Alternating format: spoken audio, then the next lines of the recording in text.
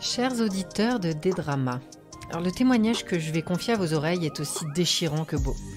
Il est bouleversant, il est rempli d'espoir. Alors moi je suis maman et honnêtement ça a été dur de faire ce podcast sans lâcher des gros sanglots et j'ai dû me retenir de faire le tour de la table pour aller faire un gros câlin à cet homme incroyable qui nous a confié la plus lourde épreuve qu'il ait vécue. C'est mon ami Antoine au micro de Dédrama.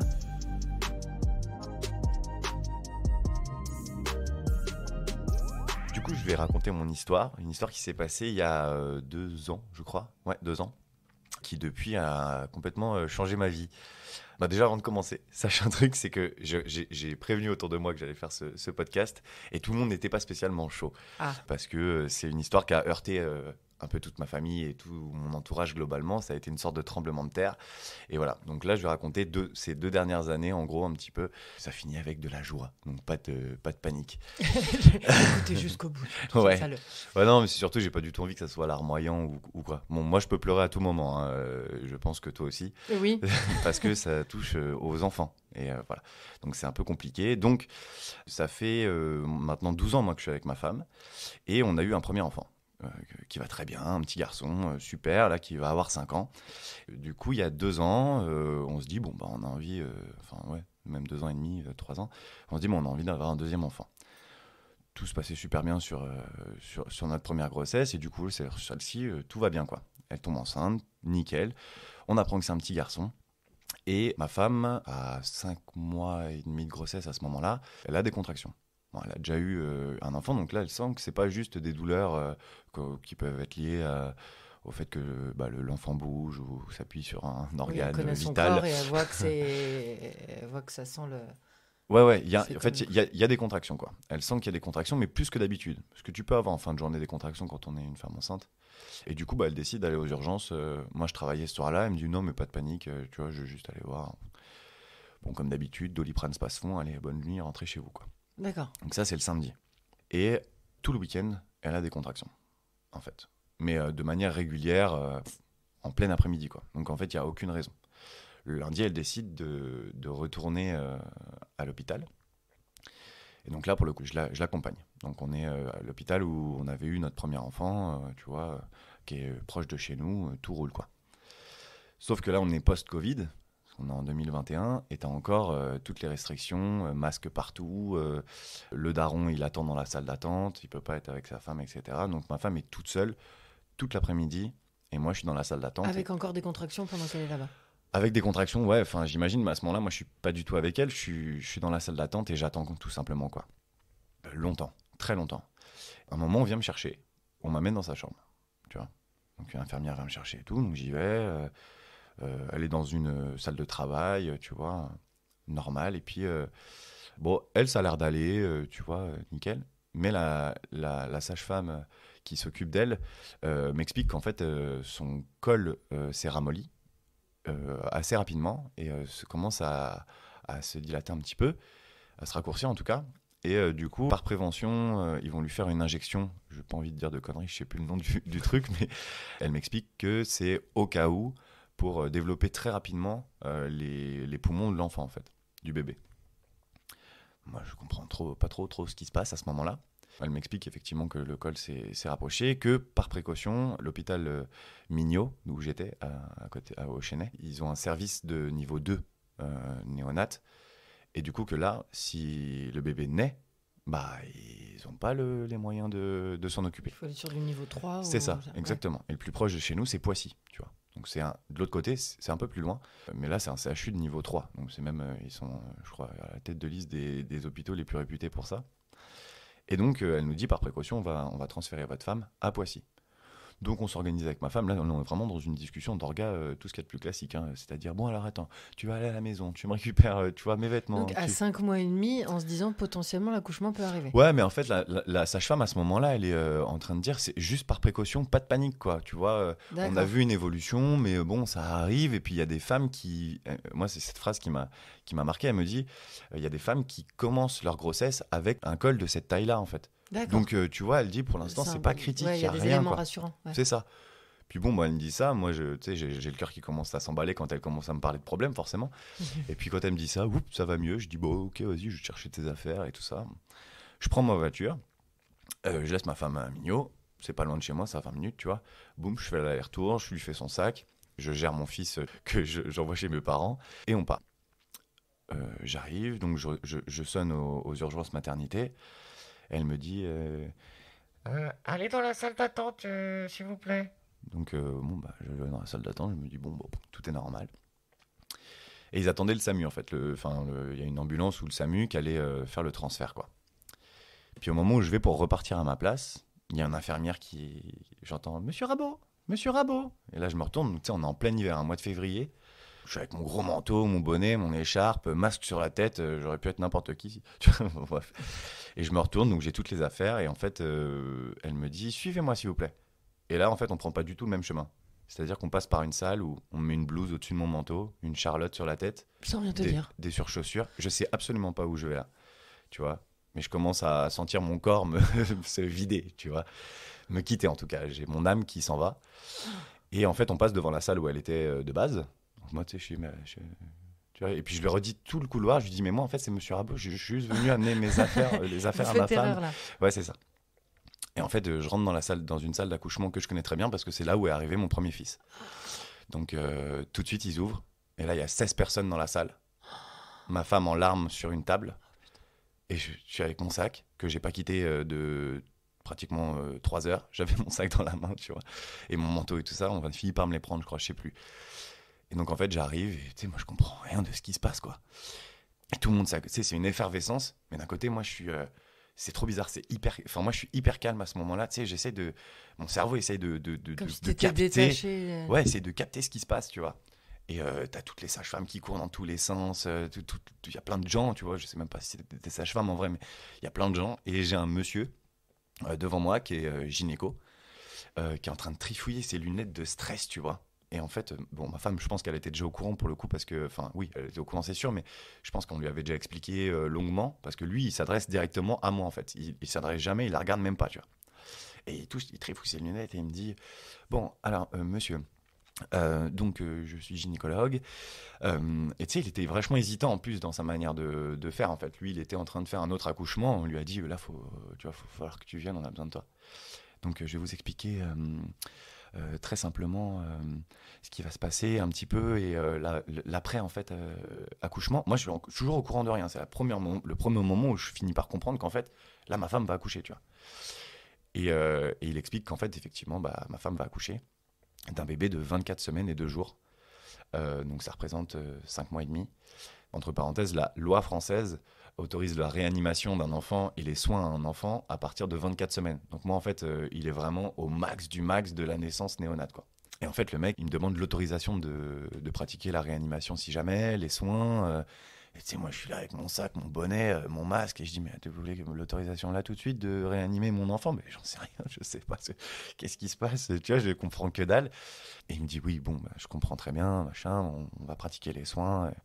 Voilà, il commence à me parler de toutes les complications, d'avoir un enfant mort-né. Enfin voilà, on est dans ce sujet, les gars. Accrochez-vous jusqu'au bout, on est dans ce monde-là.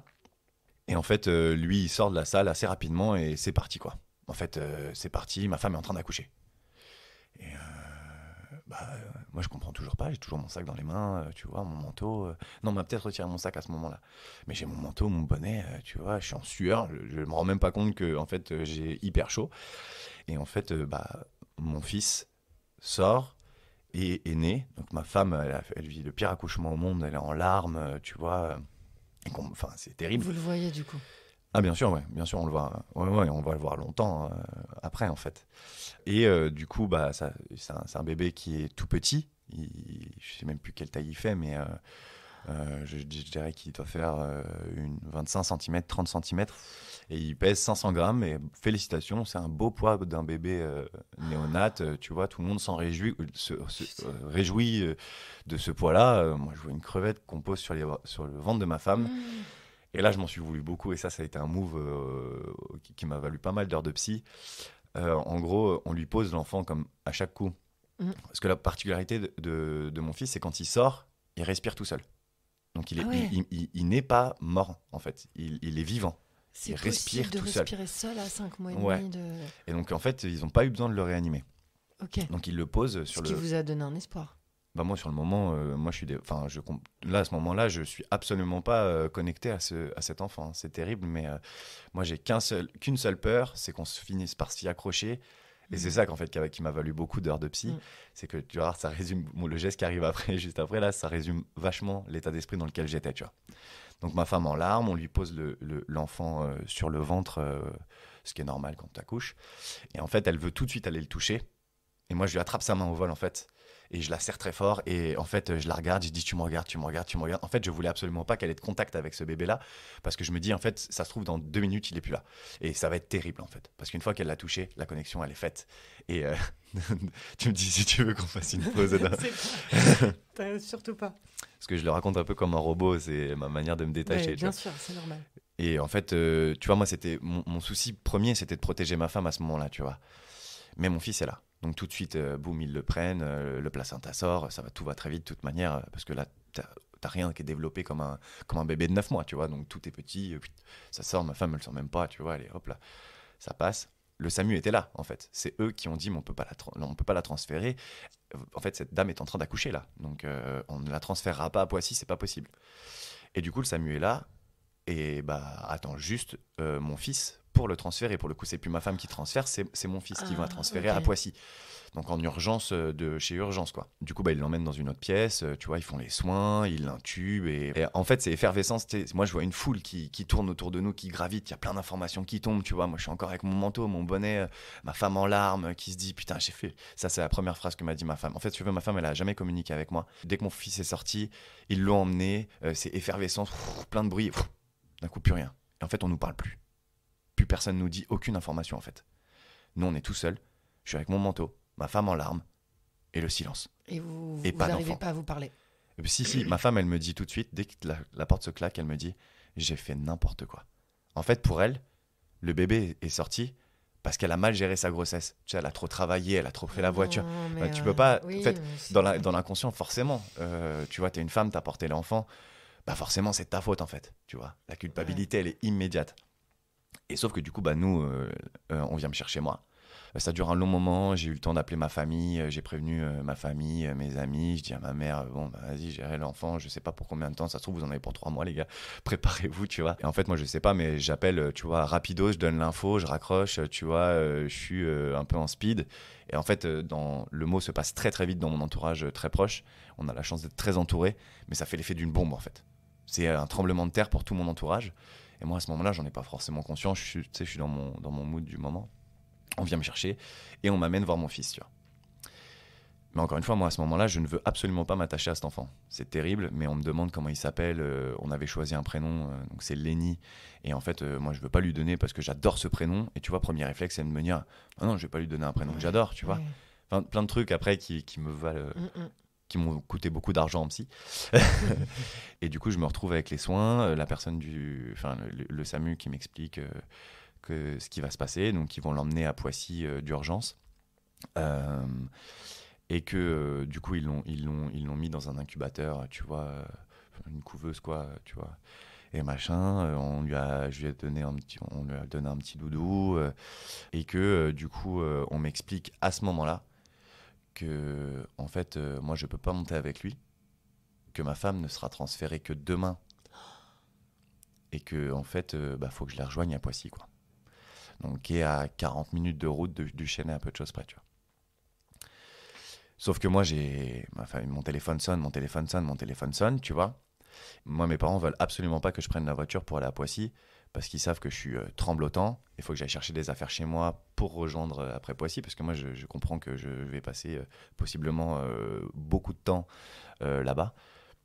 Et du coup, je vais chercher des affaires, tu vois, je rentre chez moi. Les échanges avec ma femme à ce moment-là sont complètement terribles. Moi, je m'effondre après avoir vu mon fils. Tu vois, je perds pied à ce moment-là, je m'effondre assez fortement tout seul dans le couloir avant de rejoindre ma femme. Et j'essaie de la protéger au maximum, moi. Surtout que je viens d'avoir l'information qu'elle va pas suivre. Donc j'ai envie qu'elle se dise tout va bien, voilà, j'y vais et ça va être super, génial, wouhou. Donc je me retrouve chez moi et en fait quand j'arrive chez mes parents, j'ai des potes qui sont là, mon fils est couché et mes parents et tout le monde effondré, me prend dans ses bras et moi en fait je suis un peu impassible en fait, tu vois. Il y a un truc où Ou je sais pas. La porte protégée, t'as détaché Ouais, ton je sais pas, c'est cerveau, trop bizarre, ouais. comme si t'arrivais pas à avoir des émotions pleinement. Ouais, puis je crois que je réalisais vraiment pas ce qui se passait à ce moment-là. En fait, tu sens que tu rentres dans une tempête. T'as un truc où c'est dur de calculer parce que tout va très très vite. Tu sais, les événements s'enchaînent et t'es entouré de professionnels qui, eux, ont l'habitude de vivre des moments comme ça et du coup qui gèrent un peu automatiquement ce qui se passe. Et donc tout va très vite. Tu vois des gens, ils ont des mouvements robotiques, boum, boum, boum, boum. Ils connaissent leur taf et heureusement. Mais toi, t'es à côté et en fait, toi, c'est la première fois que tu vis ça. Tu comprends pas ce qui se passe en fait. Et du coup, c'est hyper dur d'aller au même rythme que les autres en fait. Toi, t'as l'impression que tout va au ralenti. Ta vie à ce moment-là s'arrête. D'un côté, t'es dans une tempête infernale, et d'un côté, toi, ta vie elle est en pause en fait à ce moment-là. Et donc c'est un pote qui m'amène à Poissy pour rejoindre mon fils. Donc j'arrive j'arrive 3/4 d'heure après lui, tu vois. Et donc je me perds dans cet hôpital énorme avec mes petites affaires, et on m'amène à la chambre, donc dans le service néonat de niveau 3, qui sera la chambre de toutes les joies et tous les désespoirs de ma vie pour l'instant, quoi. Et donc on m'amène, et en fait moi toujours je suis dans le mood je m'attache pas, quoi. Donc je vais passer la nuit là. Ma femme est loin de nous, donc c'est terrible pour elle à ce moment-là, ça je le saurai plus tard, mais il n'y a rien de pire que d'être séparé de son bébé, sachant qu'il est en mauvaise posture. En tout cas, aux dernières nouvelles il allait bien, mais bon, elle s'imagine le pire, forcément, tu vois. Elle est toute seule dans une chambre et elle a aucune information, puisque les deux hôpitaux ne communiquent pas du tout, ou presque. Donc elle est vraiment seule avec sa tête, quoi. Et ses remords. Donc là, c'est la pire nuit de sa vie, j'imagine, ou en tout cas une des pires nuits de sa vie. Du coup, je découvre un petit peu le nouvel environnement de mon fils. Donc là, il est dans un incubateur qui est chauffé. Et je donne cette information parce qu'on me fait l'état des lieux un petit peu dès que j'arrive. Et en fait, on me dit que mon fils, comme je te le disais, c'est en mois de février et il faisait extrêmement froid. Et en fait, la couveuse dans laquelle il était n'était pas chauffée. Et du coup, la température corporelle de mon fils est descendue à 34 degrés. Donc il était en hypothermie totale. Pourquoi elle n'était pas chauffée? Parce qu'ils n'avaient pas les moyens, comme je te disais, ils partaient d'un CHU de niveau 2, ils n'avaient absolument pas la technologie et les moyens matériels, tu vois, le moyen matériel de chauffer en route, qui reprenait une température normale, mais enfin, petit à petit que ça montait un peu, mais voilà, ils allaient surveiller de près parce que, donc là, premier point noir, moi je me dis, oh là là, et puis tu sais, je vous fais un peu le décor, mais c'est très impressionnant en fait, parce que tu as un tout petit bout de chou qui est dans une couveuse, tu vois, chauffée. T'as l'impression que quand tu mets tes mains à l'intérieur, je sais pas moi, t'es dans une forêt tropicale au mois de juillet, tu vois. Et c'est blindé enfin, c'est genre 12, 13, 15 machines autour de lui. Donc c'est, tu vois, énorme en fait. T'as 30 fois plus de machines que de Ah ouais, ouais, que de ouais. baby Ah ouais, en ouais, taille. ouais. Et puis t'as des perfs en permanence. Il avait des perfs dans son cathéter en permanence, etc. La machinerie autour était hyper impressionnante, bruyante. Donc on m'explique l'installation qu'ils ont faite. Donc là, il était sous assistance respiratoire de niveau 3. Donc c'est le plus haut, la plus haute assistance respiratoire. C'est-à-dire que je ne savais même pas que ça existait, une assistance respiratoire par vibration. Donc en fait, Ouais. ils font vibrer les poumons de la personne. Et donc là, c'est un tout petit bout de chou, donc il vibre de tout son être, en fait, tu vois, en permanence. Ça se voit à l'œil nu. Oui, clairement. Ok. Clairement, mais je le vois bouger, tu vois. Je le vois m'attraper le doigt. Est-ce que tu peux passer tes mains? Ouais, bien sûr. Alors, Donc, tu le désinfectes, premier soir, etc., je vais avoir aucun contact avec lui. Ok. On m'a dit, on vous a mis une petite chaise, un petit fauteuil. Les infirmières sont les plus belles personnes que j'ai jamais rencontrées de ma vie. Okay, elles, c'était le soutien psychologique et le premier rempart pour te porter. Et tous les médecins, on les appelait Dark Vador avec ma femme parce qu'ils viennent, ils te mettent un coup de couteau et ils s'en vont, tu vois. C'est eux qui t'annoncent les mauvaises nouvelles, donc ils veulent avoir aucun lien émotionnel avec toi. C'est les infirmières qui créent du lien avec toi. Et sauf que moi, je suis assis sur mon fauteuil toute la nuit, à regarder par ma fenêtre à l'opposé de mon fils. Parce que je ne veux absolument pas avoir de contact avec cet enfant.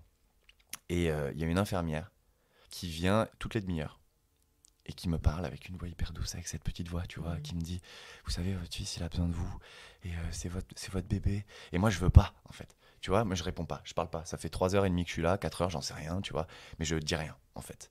Et petit à petit, à la force de patience, de mots doux, de douceur, de mots forts, etc., elle finit par réussir à me faire lever et à m'approcher de mon fils pour que je le regarde. Et à partir de là, c'est fini.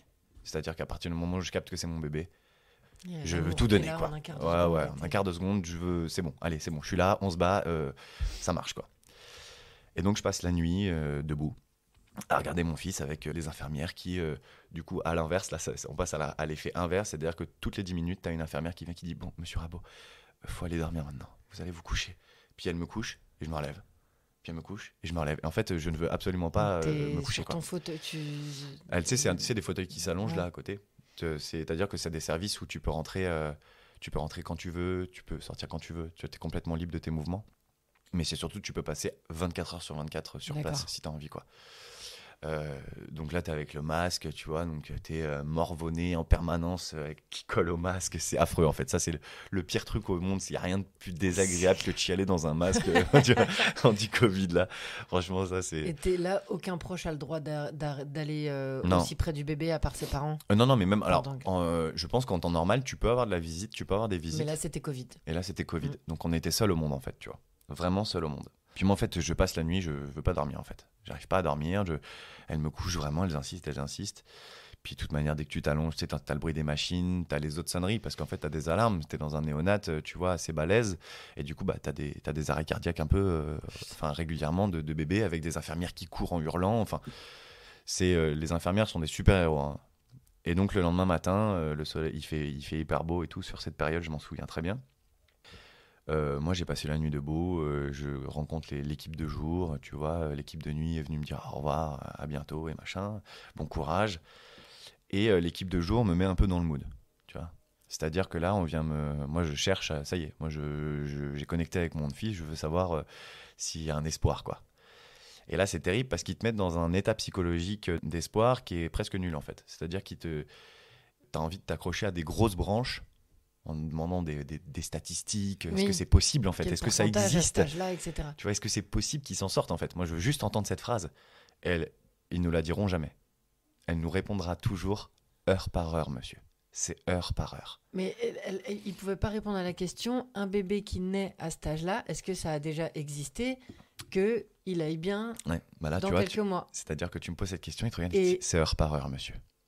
Alors qu'il y a une réponse à cette question. Oui, mais elle te la donnera jamais. Mais ils l'ont.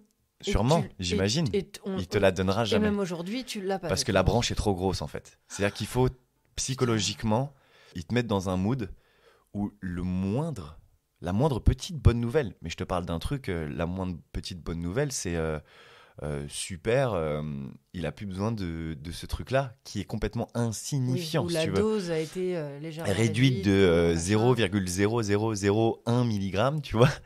Quelle bonne nouvelle, tout le monde danse, on met la musique dans la chambre et ça danse, tu vois. Mais en fait, pour te mettre dans cet état-là, ils doivent te dire heure par heure, concentrons-nous sur... On ne sait pas comment ça va évoluer, en fait. Il peut crever d'une seconde à l'autre, là. Donc, c'est heure par heure. Donc, accroche-toi aux petites brindilles, c'est les bonnes nouvelles qu'on te donne, et c'est tout. Et donc, moi, ma femme est toujours pas là le matin. Elle arrive, elle nous rejoint à midi. Tu vois, elle a une chambre à fréter dans l'hôpital, donc un lien direct avec la chambre presque. Tu vois, elle a un étage ou 2 étages au-dessus, donc c'est assez rapide pour venir. Et du coup, elle me rejoint, donc on est hyper content de se retrouver. Moi, je suis un peu rempli d'espoir, tu vois, parce que ça se passe bien, parce que on m'a autorisé à avoir le premier contact avec mon fils, tu vois. Sauf qu'elle, elle débarque avec son mood et sa charge de une nuit ou presque, tu vois, une nuit globale et une matinée totale, loin à s'imaginer le pire. Donc, elle est dévastée, tu vois. Et puis, du coup, c'est ça qui est dur, c'est que tu as un décalage permanent. C'est-à-dire qu'émotionnellement, on n'est jamais vraiment au même niveau. Donc, tu as un truc où on est ensemble, on se porte vraiment très, très fort à ce moment-là, mais on ne se comprend pas vraiment, tu vois. Et donc, les infirmières expliquent, le médecin Dark Vador arrive, tu vois, nous explique des termes que tu comprends pas, tu vois, avec une froideur glaciale, quoi, vraiment. Bonjour, je suis le médecin, machin. Donc, votre fils est sous assistance respiratoire la plus élevée. Il est dans un état critique. À plus tard. Non. C'est que ça. Donc, ils viennent, clac, coup de couteau, Et t'as toutes les infirmières qui disent oui, effectivement, voilà, il peut pas respirer sans la machine. Et en fait, c'est elles qui t'expliquent le fond du truc. C'est-à-dire que psychologiquement, c'est elles qui sont Prends habillées. le temps. Mais je sais même pas si elles sont payées à faire ça, si tu veux. C'est viscéral, c'est elles, c'est des besoins, quoi. Parce que tu vois, par exemple, cette matinée-là, elle est en train de nous expliquer un petit peu où en est notre enfant. C'est elle qui fait les soins. Elle nous propose à chaque coup de participer aux soins pour créer du lien. Nous, on lui parle, on lui chante. Elle dit, mais n'hésitez pas à amener de la musique. Est-ce que vous chantiez des chansons à son grand frère? Ramenez-lui des photos, parlez-lui en permanence. Tu vois, elle dit, en fait, c'est psychologiquement, il faut que votre enfant, il vous entende et qu'il sente que vous soyez là, tu vois. Je sais pas si c'est pour nous qui font ça ou pour eux, parce que je sais pas si mon fils, à ce moment-là, nous entend. Mais j'ai envie de croire que oui, tu vois. À ce moment-là, ça me fait du bien de croire que oui, tu vois, et que tu sers à quelque chose. Parce que toi, en fait, tu te sens, tu gênes en permanence, en fait. T'es toujours, devant, t'es aux os, quoi. T'es vraiment les mains sur la glace, tu vois, et on te déplace excusez-moi, attendez, pardon, parce que machin. Et toi, t'es en train de te déplacer en permanence, mais tu veux pas bouger d'à côté de ton fils, tu vois. Et tu vois, bah, cette dame-là, à un moment, cette infirmière est en train de nous expliquer un petit peu pendant les soins et tout. Et on entend une alarme, et en fait, t'as des sortes de tableaux de bord dans chaque chambre, tu vois. Et les écrans finissent, dès que ça clignote rouge, ça veut dire que tu as un arrêt cardiaque dans le service. Et donc en fait, ne cherche pas, elle est au milieu d'une blague qu'elle est en train de te raconter, elle jette tout, boum, elle part en courant, tu vois. C'est-à-dire que ces gens-là sont en mission. C'est le plus beau truc que j'ai jamais vu de ma vie, tu vois. Parce qu'ils viennent, ils partent, mais vraiment pour sauver quelqu'un, quoi. Tu vois ce que je veux dire? Il lâche tout, débarras, boum, boum, ça part en courant et tous les médecins courent dans tous les couloirs et essayent de... Et c'est leur quotidien, quoi. Et elle revient en disant excusez-moi. Et elle reprend comme si de rien n'était. Mais toi, t'as vu le... tu vois, tout va bien. Bon, bah, ok, super. Et donc, bref, le premier jour passe. Et à la fin de chaque journée, on avait un bilan avec 2 infirmières chaque côté de nous qui nous tiennent très fort la main. Et Dark Vador en face de nous qui va nous lacérer de coups de couteau, quoi. Putain. Pour nous donner un petit peu l'avancée. Donc le premier jour passe comme ça. Le soir, les nouvelles sont plutôt pas trop mauvaises. Et moi, en fait, on s'était vite organisé avec ma femme parce que bah, moi, j'ai mon fils à côté qui est toujours là. On lui a dit quoi au grand frère? Alors pour l'instant, on lui dit rien. On lui dit que son petit frère est né. On lui dit qu'il est un peu trop petit, voilà, il est à l'hôpital, il est en train de se faire soigner, mais on s'étale vraiment pas, tu vois. Lui, pour l'instant, on sait pas trop comment le gérer. Il est avec mes parents, qui est chez papy et mamie, glace, pain au chocolat, et c'est super. Et en fait, le truc, c'est que on décide que, de toute manière, ma femme, elle est accouchée, donc elle est en surveillance, elle doit rester à l'hôpital, donc c'est moi qui vais tous les soirs rentrer pour aller voir mon fils, parce que hors de question qu'on le laisse, tu vois, à ce point-là, se faire des films. Et donc, sauf qu'à ce moment-là, moi, je me rends pas compte que du coup, par conséquent, c'est moi qui vais être le lien avec le monde extérieur. C'est-à-dire que je vais devoir répéter à beaucoup de gens tout ce qui s'est passé, tu vois, dans la journée. Et il y a beaucoup de gens, vu que, comme j'ai dit, on est très entouré, on a cette chance-là, il y a beaucoup de gens qui veulent savoir, quoi. Et donc, c'est-à-dire qu'à chaque coup que j'arrive, il y a ma mère, mon père, des fois des potes, tu vois, qui sont devant la porte de chez mes parents à attendre, comme si je revenais des États-Unis depuis 3 ans, tu vois. Et donc je me gare et moi j'ai mon fils, donc quoi qu'il se passe, tu flanches pas, quoi. T'as ce truc psychologique que j'avais pas encore compris, c'est-à-dire montre tes émotions à tes enfants, à ceux qui nous écoutent, montrez vos émotions à vos enfants. Si vous pleurez, bah, vous avez juste à expliquer à votre enfant pourquoi il pleure, pourquoi vous pleurez, mais il va très bien comprendre pourquoi, à un moment donné. On est humain et les adultes aussi ont des émotions. Parce que lui il pleure, donc il connaît cette émotion, si tu veux, il connaît cet état, mais on a besoin, je sais pas pourquoi, c'est le premier réflexe, t'as pas envie que tes enfants ils te voient triste, en fait. Et donc, à ce moment-là, je fais le bonhomme et je pleure pas. Et je dis comment ça se passe? Bah, tout va bien. Maman, pas de panique. Ma mère en larmes, mes potes en larmes, tu vois. Et puis, je remets de l'espoir parce que, en fait, c'est ça qui est terrible, c'est que eux, c'est un jour ça va, un jour ça va pas. Ça dépend de quelle petite branchette on m'a donné avant. C'est limite toi qui tiens les gens et qui est en. Ouais, mais après, tu sais, je peux pas mentir dans le sens où, comme je te dis, si la petite brindille de l'arbre à laquelle on s'accroche casse. Bah, t'es dévasté, en fait. Là, y a plus rien. C'est-à-dire que tu passes tes journées à monter très très très très haut dans la joie pour un truc insignifiant, tu vois, mais tout petit peu positif. Je te dis, c'est vraiment musique dans la chambre, ça chante, bravo, ouais, on l'encourage à fond et tout, machin. 2 heures plus tard, bah, ce petit truc-là qu'on avait retiré, on doit le remettre. Et là, tu pars à l'inverse, chute libre vers le bas. Et t'as des trucs, des fois, où c'est des 5 minutes d'intervalle, ça peut être ça. C'est-à-dire que tu montes extrêmement haut. L'ascenseur émotionnel de En l'extrême. permanence. Du coup, t'es un peu essoré, tu vois. T'es claqué de tes journées. Émotionnellement, ça te tue, en fait. Mais ils n'ont pas le choix. Ils ont besoin, en fait, que tu restes. Déjà, ils ont besoin que tu aies de l'espoir en permanence sur des tout petits trucs, tu vois. Faut pas que tu aies de l'espoir sur un truc global, parce que là, tu vas t'appuyer sur quelque chose une inconnue que même eux ne savent pas, tu vois. Ils peuvent pas te dire oui, tu as une chance qu'ils s'en sortent, tu vois. C'est impossible qu'ils te disent ça. Du coup, ils vont se contenter de te garder avec eux pour que tu continues à te battre à côté, parce que visiblement, ils n'arrêtent pas de nous le dire. On a besoin de vous, c'est-à-dire que ça ne marchera pas si vous n'êtes pas là. Et d'un autre côté, bah, du coup, l'ascenseur émotionnel est automatique en fait, parce que tu t'accroches sur rien. Et donc le premier jour passe, le deuxième jour, pareil, ascenseur émotionnel toute la journée, tu vois. Du coup, moi, quand j'arrive le matin, c'est ma femme qui part au moins prendre une douche, tu vois, ça aérait un peu l'esprit. Donc elle rentre chez moi, elle prend sa douche et tout le tout team. Moi, j'avais plein de prestats à ce moment-là, je travaillais beaucoup. J'ai dû tout virer, donc t'es obligé d'appeler tout le monde et machin, ça casse les reins. Et puis régulièrement, je reçois des textos, mais mon entourage s'organise plutôt bien, c'est-à-dire que à chaque coup, ça se fait un peu naturellement, mais t'as un représentant pour tout le groupe qui m'envoie un message du genre comment ça va aujourd'hui et qui va elle répondre c'est le mieux à faire. Ouais, c'est le mieux à faire en fait. Faites ça. Si vous avez des potes dans ce truc, faites ça, parce qu'il y a rien de pire que de raconter c'est clair. de raconter le truc en permanence, la même boucle.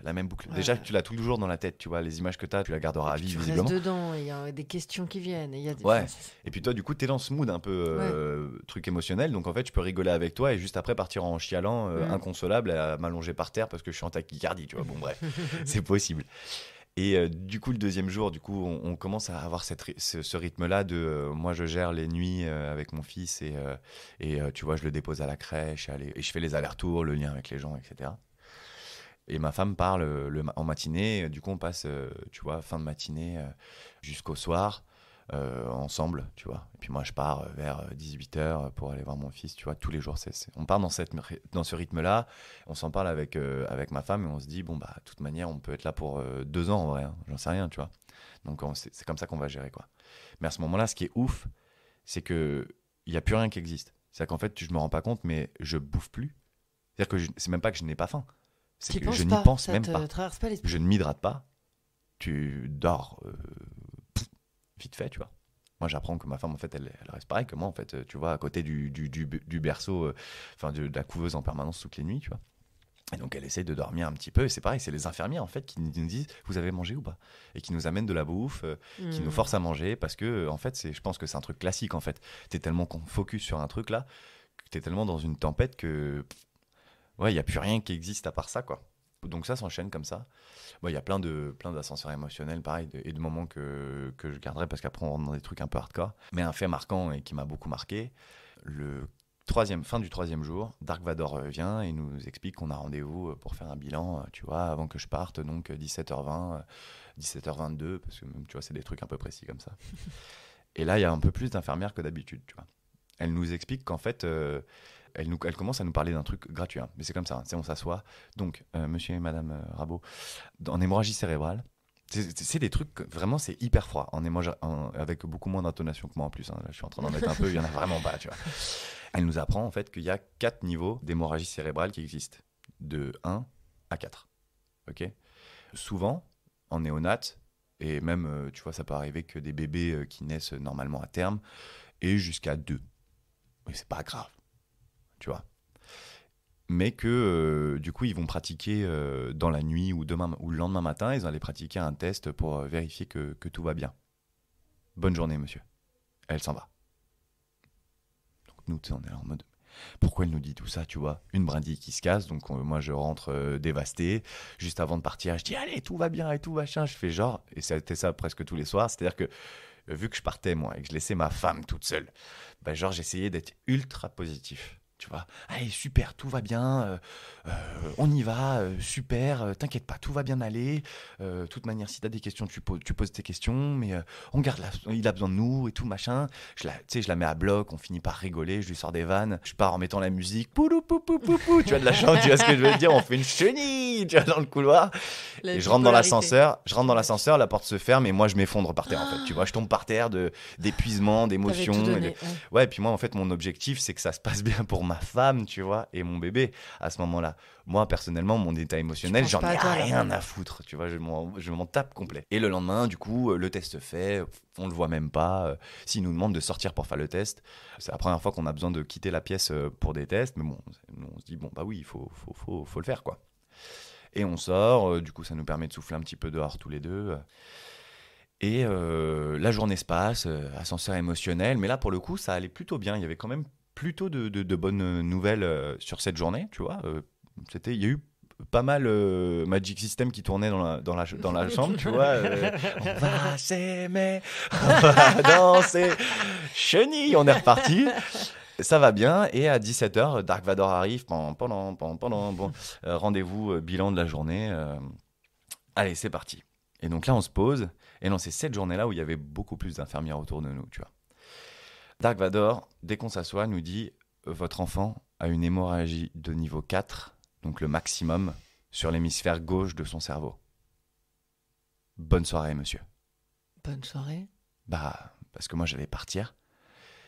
Et toi, t'es... Mais Bah, c'est ça, rien tu vois, de ta tout, réaction oui. là, c'est exactement le... Et Mais donc, en fait, quelle c'est est la le- suite de la phrase, les conséquences, le quoi, qu'est-ce qu'on peut faire, qu'est-ce que... Bonne soirée, monsieur. Heure par heure, c'est heure par heure. Tu vois, en fait, c'est c'est pour ça que je te dis, ils te mettent dans ce mood-là, parce que en fait, très Mais rapidement, parce au bout que de là, 2 il te jours, dit même pas ce que ça veut dire une hémorragie. bah, ils nous l'ont expliqué la Ouais, veille. mais- Tu vois, ils nous ont expliqué la veille que c'était mais en fait, ils te donnent juste cette information parce qu'ils doivent le faire. Mais en fait, toi, ils te mettent dans un état psychologique de ces trucs d'urgence, heure par heure, d'avoir un espoir sur l'heure ou ce qui vient d'arriver, tu vois, sur les 10-15 minutes avant qui vient de se passer, qu'en fait, tu t'es même pas dans cet état-là. C'est-à-dire que un être humain normal, tu lui annonces un truc sans aucune raison, pas de bonjour, pas de au revoir et pas d'explication. On te dit, bah, attendez, ça veut dire quoi Tu vois ce que je veux dire? Mais là, même pas en fait. On pose pas de questions. Là, on en est à combien de nuits? Là, alors en nuit, je saurais pas te dire parce que je suis très, très mauvais calculeur. Là, c'est le 4e jour. Là, c'est le D'accord, ok, 4e jour, ouais. mais pour moi, ça fait 6 ans. Tu vois ce que je veux dire? Ça fait littéralement 6 ans, j'ai l'impression d'être Tom Hanks dans Seul au monde, tu vois. C'est-à-dire que j'ai l'impression d'être sale, d'être gras en permanence parce que j'ai toujours le masque. Donc en fait, j'ai C'est un le masque même depuis le presque, ouais, presque. Avec Tu la vois, morte bien séchée. collant et tout machin, et tu fais que rigoler, pleurer, tu vois. Mais on finit par s'habituer à cet environnement-là, en fait. C'est-à-dire qu'on finit par plus voir les machines, tu finis par juste voir ton fils, et ça y est, quoi. On a contact avec lui, c'est nous qui faisons les soins. C'est devenu votre cocon, même si Ouais, c'est ça. particulier. Et puis on finit par déjà avoir un lien avec lui, tu vois. C'est-à-dire que dès qu'on commence à mettre les mains dans le truc, tu vois, c'est ce que je Sans te qu'il disais. vous reconnaît. Ah ouais, il t'attrape Il sent. le doigt, on le voit pleurer, on ne l'entend pas parce que ses cordes vocales ne sont pas encore développées, mais on le voit pleurer, réagir à ce qui se passe, tu vois, quand on l'essuie, comme un bébé, tu vois, Ouais. qui réagit. Donc il est là. La vérité, c'est qu'il est là. Donc tu peux pas faire genre, t'as pas quelqu'un qui est en train de le réanimer en permanence, tu vois. Toi, tu vois même plus qu'il vibre, en fait, tu t'en rends même plus compte. Toutes les machines, tu les ignores. À partir du moment où tu vois que ton enfant, lui, il se bagarre, toi, tu peux pas te dire... Bon, bah écoute, advienne que pourra. Tu vois. C'est clair. Allez, Inch'Allah, ça passe. Mais non, mais bah y a non, tu peux pas. Il n'y a pas t'es de obligé. demi-mesure. C'est soit t'es à fond, soit t'y es pas. Et puis les infirmières te disent aussi, tu vois, parce que nous, à ce moment-là, Dark Vador s'en va, tu vois. Elle nous annonce ce truc, donc tu vois, là, c'est même pas un coup de couteau, là, c'est un coup de sabre qu'elle nous met, tu vois. Donc là, nous, on est vraiment, on se regarde même pas, tu vois. On est vraiment en mode à un coup de marteau, un peu plus violent que ceux qu'on avait reçus régulièrement, tu vois, avant. Et tout de suite, les infirmières qui t'arrivent et qui te portent en disant mais allez, voilà, vous avez eu l'information maintenant, on la digère, il a besoin de vous. Tant que vous nous voyez nous battre, faites-le. Tant que vous nous voyez nous battre, c'est qu'il y a de l'espoir, c'est que votre enfant est toujours là. Donc vous allez vous relever, vous tenir et on y va. Tu vois, en fait, c'est les infirmières qui font ce travail-là. C'est des malades, elles sont dingue, tarées. c'est dingue. Attends, j'ai une Dis-moi. question à ce Vas-y, stade. vas-y. Il n'y a pas de psychologue qui vient vous voir quotidiennement? Non, Ok. non, on nous donne... Parce que j'ai l'impression qu'elles ont complètement ce rôle. Ouais, elles ont complètement ce rôle et tu vois qu'elles ont autre chose à foutre que de Oui. s'occuper de tes petits désirata. Parce que toi, c'est ça un peu, tu vois, t'es en train de... Vous avez autre chose à foutre, sauver des vies, tu vois, allez-y, courez dans les couloirs, tu vois. Mais en fait, non, ça fait... Je pense que quand t'es infirmière dans un CHU de niveau 3 notamment dans un truc de néonatal comme ça, je pense que les infirmières sont formées à ça, si tu veux. Oui. Bon, elles sont visiblement absolument pas assez payées pour faire ce qu'elles font, parce qu'en charge Évidemment, émotionnelle, tu ne peux pas t'épargner. Il faut savoir un truc, c'est qu'il y a une stat qu'on m'a dite, je n'ai pas les chiffres, mais il y a un nombre énorme d'infirmières qui travaillent en néonat qui finissent par être en néonat quand elles accouchent. Je pense que ça t'abîme, en fait, tu vois. Ça envoie à ton cerveau un signal que... Tu ne vis que... Alors, les infirmières nous disent, de toute manière, elles nous expliquent que bien sûr qu'il y a de l'espoir, bien sûr qu'il se passe des choses extraordinaires et que, tu vois, il y a beaucoup d'enfants on a maintenant les capacités de sauver énormément d'enfants parce que sinon elles ne feraient pas ce travail, tu vois. Mais quand ça se passe mal, c'est un échec pour tout le monde et ça fait très mal, tu vois. Donc c'est dur de se préserver, je pense, tu vois. On touche aux enfants. T'as la sensation qu'elle s'attache à ton enfant? À nous aussi, ouais. J'ai l'impression qu'elles elle s'engagent. C'est une évidence. Ouais. Est-ce que tu as l'impression qu'elle... Ouais, en tout cas, elles font comme si c'était le cas. Tu vois, je sais pas si elles s'attachent réellement, mais elles font des blagues, elles sont mignonnes, elles sont toutes douces, elles ont des petits gestes. Tu sens que elles aiment vraiment leur taf et ce qu'elles font. Je sais pas comment c'est possible de réussir à pas se détruire la vie, à vivre des trucs comme ça, quoi.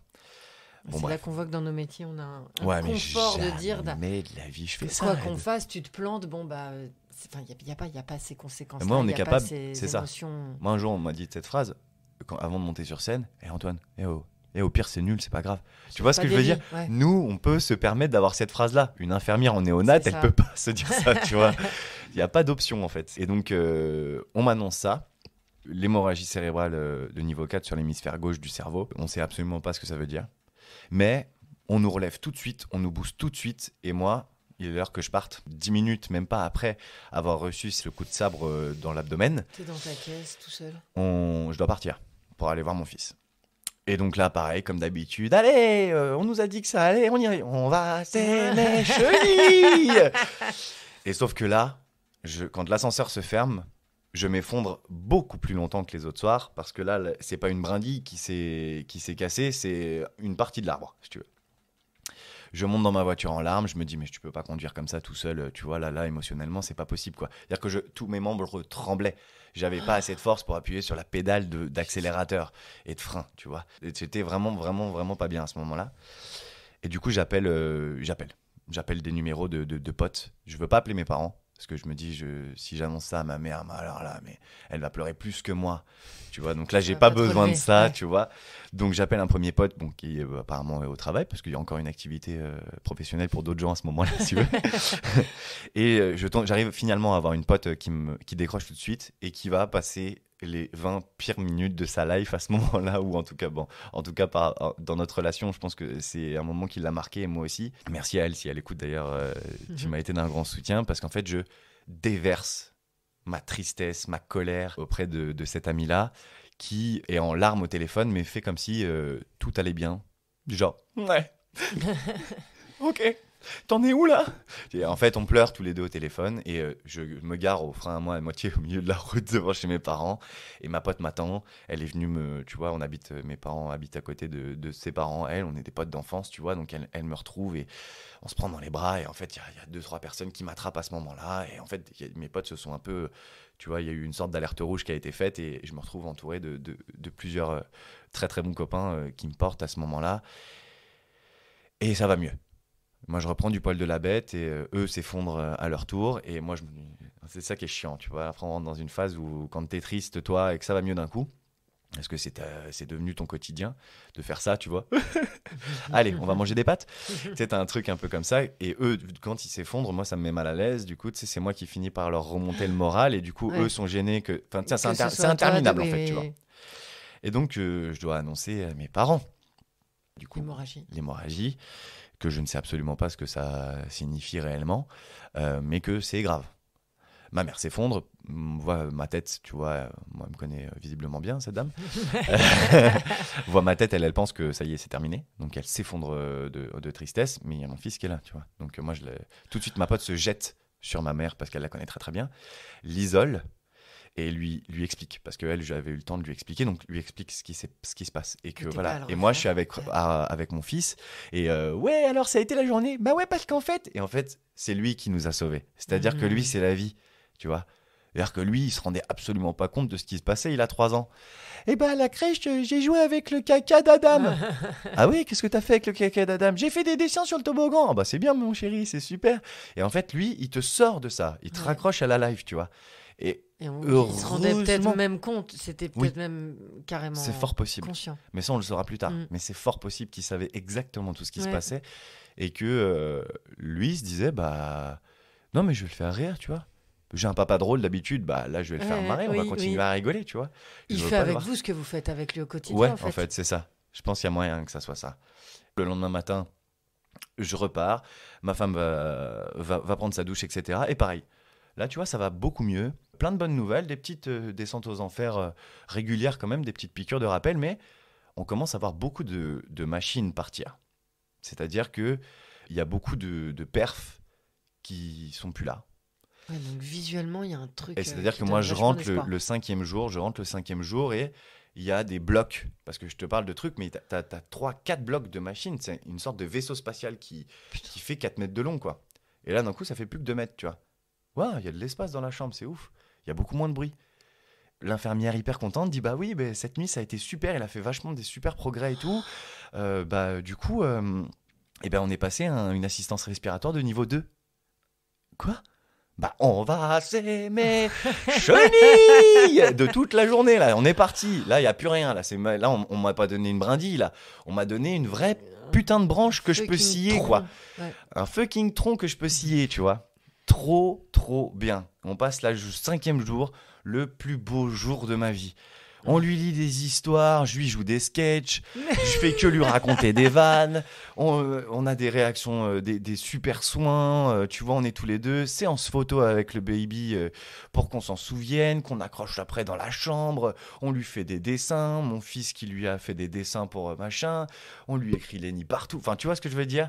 On est dans un truc wouhou de ouf. Je rentre chez moi, c'est la fête à la maison, tout va bien, putain, c'est génial. Lendemain matin, tout va bien, super, génial. 11h, une machine revient. Descente aux enfers. On va, c'est... Ok, plus aucun bruit. Où ma femme accrochée au truc, moi dans un coin, le masque Covid qui colle aux joues, tu vois, et qui colle à la bouche. Je crois qu'il finit par être soudé à mon estange. C'est une horreur. Greffé. C'est une horreur. On a des mouchoirs dans tous les sens. C'est en mode comme ça, quoi. C'est terrible. Une deuxième machine revient. Niveau 3 revient d'assistance respiratoire. Vibration.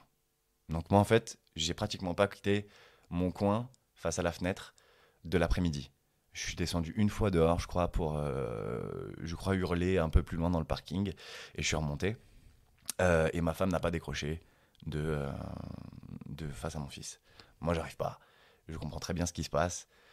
Son état s'aggrave un petit peu, beaucoup et rapidement. Comme je t'ai dit, en 20 minutes de temps, ça a switché. C'est-à-dire qu'on est passé de « c'est super, on va s'aimer, on va danser » à toutes les machines sont revenues. Et le nombre de perfusions qu'on lui met augmente de minute en minute, en minute. Oh. On finit par avoir, je sais pas, sans te mentir, il devait avoir une quinzaine de trucs qui lui étaient injectés. Tu sais, ils ont des trucs qui percent des seringues. Donc, il lâche des toutes petites gouttes au fur et à mesure et qui finissent par biper dès que c'est terminé. Ça fait bip, bip. Donc, tu sais, c'est des trucs qui tout agressent. En permanence, tout agresse, mais tu finis, je te dis, même plus par les entendre. Donc là, on est au 6e ou 7e jour, je ne sais plus exactement, je ne vous mens pas. Et à 15h, là, vraiment, toutes les machines sont revenues, même ont augmenté. Moi, je comprends, comme je te dis, très, très vite ce qui se passe. Et à 17h, Dark Vador arrive et vient en me disant « Ce soir, ne rentrez pas chez vous. » Et elle repart. Donc moi, ce soir, je ne rentre pas voir mon fils. Elle me dit elle me conseille très fortement de ne pas rentrer. Donc là, moi, je m'effondre parce que je sais ce que ça veut dire. C'est possiblement la dernière nuit qu'on va passer avec mon fils en vivant. Ma femme, j'ai l'impression, à ce moment-là, c'est ouf, mais j'ai l'impression qu'elle ne s'en rend même pas compte de ce qui se passe. C'est-à-dire que moi, je me dis, mais soit je suis extrêmement lucide, soit elle ne se rend absolument pas compte de ce qui se passe. Mais elle n'a pas décroché. Elle est en train de lui parler, sourire, rire avec lui. C'est l'enfer autour d'elle. Et elle n'en voit que du positif. À ce moment-là, je la trouve incroyable, quoi. Parce que moi, je suis un chamallow fondu, un peu trop cuit, quoi, tu vois. Vraiment, c'est-à-dire que je suis une lavette. Je pleure depuis déjà 4h30, donc j'ai plus beaucoup d'eau dans mon corps, tu vois. On m'oblige à m'hydrater, j'ai pas bouffé depuis je sais pas combien de temps. Et elle arrive encore à lui envoyer tout son positif possible et imaginable. Et moi, j'arrive plus du tout à assurer le truc. Et ça va être la pire nuit de ma vie. Je le serai le lendemain matin. Parce que, on nous annonce qu'effectivement, ce sera plus possible. Qu'il a beaucoup trop de problèmes et qu'en fait, il n'arrivait pas à uriner les médicaments qu'on lui envoie. En fait, ses reins ne fonctionnent pas bien. Et que tant qu'il urine pas, sa tension va continuer à baisser. Et qu'on lui met des médocs pour augmenter sa tension.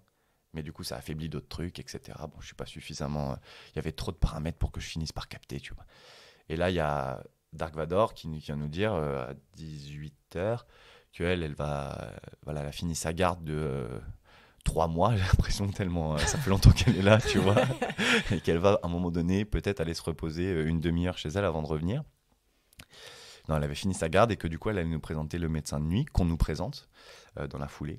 Et que c'est elle qui allait nous accompagner toute cette nuit et tout ça.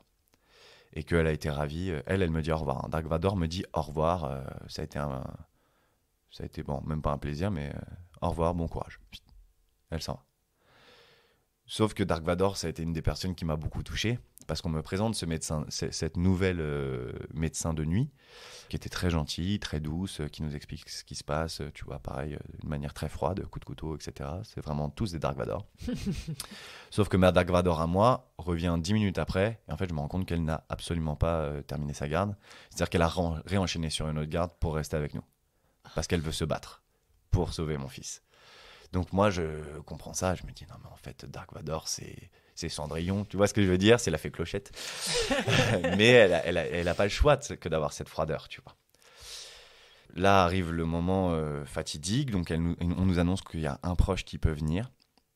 Quand tu nous laisses le choix d'un seul proche, t'appelles qui? Ta mère ou ton père? Tu vois? Sauf que moi, je me vois pas choisir entre les deux, si tu veux. Donc moi, je me dis... Il faut leur dire, débrouillez-vous, on a droit à une personne et je vous laisse... mais moi, je propose même pas à ce moment-là. C'est terrible. Eh ouais. Ouais. Et sauf que moi, ma femme est très très proche de sa mère. Et je sens que c'est important pour elle. Donc, bien sûr, on appelle ta mère. Allez, j'appelle ta mère, je fais l'effort. Allez, on essuie les larmes, morve. Putain, je vais peut-être essayer de changer de masque. Il n'y en a pas un qui traîne par terre. Il sera sûrement plus propre que celui que j'ai sur la gueule. Et on y va. Ma femme est très croyante, voulait le baptiser, etc. Du coup, il y a la possibilité d'avoir un prêtre, tu vois, qui est sur place, machin. Et donc, ma belle-mère arrive, blouse, sur chaussures, lavage de main jusqu'aux épaules, machin.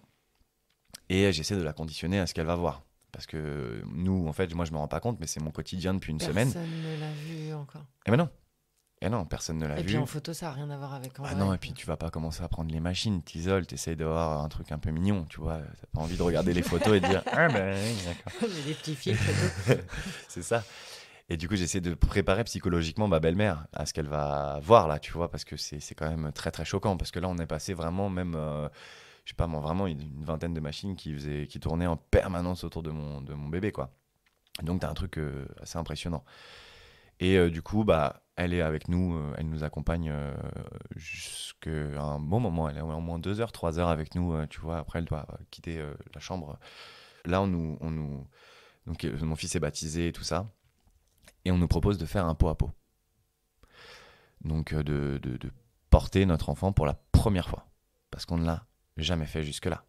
C'est terrible en fait quand tu y penses, mais moi j'ai l'impression que ça fait 6 mois que je suis dans cette chambre-là, que je me bats à côté, mais en fait à part tenir mon fils, moi je l'ai jamais soulevé, j'ai eu trop peur, mais tu vois ma femme elle l'a déjà soulevé, tu vois un tout petit peu, mais là elle va le porter pour la première fois, elle va porter son enfant pour la première fois de sa vie. Entre guillemets pour lui dire au revoir. Ouais, mais pour faire le contexte est encore pire que ça. C'est-à-dire que là on va rentrer dans un stade encore pire, ça arrive. C'est l'horreur est longue, hein. Je vous le fais vivre dans les détails. Il y a plein de trucs que je vous ai épargnés, mais ça... Donc on est en pot à pot. Là, tu as toutes les infirmières du service qui sont avec nous. On nous tient la main de 2 côtés. C'est-à-dire qu'on nous tient le bras. On nous porte, quoi. Tu vois, physiquement, on nous porte. Psychologiquement, on nous porte. Et Dark Vador nous annonce qu'il n'y a plus rien à faire. C'est terminé. et qu'ils vont procéder au débranchement de mon enfant dans les bras de ma femme. Donc, à ce moment-là, c'est très compliqué de se rendre compte de l'impact que ça va avoir sur notre vie et sur psychologiquement les images que ça va nous laisser. Parce qu'on a littéralement vu et senti notre fils partir. Et moi, je me souviens que je regardais ses battements de cœur et je les voyais descendre et boum, remonter. Et tu vois, ça a duré bien 5 minutes où, en fait, lui, il se battait, tu vois. Et donc là, on lui a parlé, on était hyper avec lui, on était vraiment très concentrés sur lui.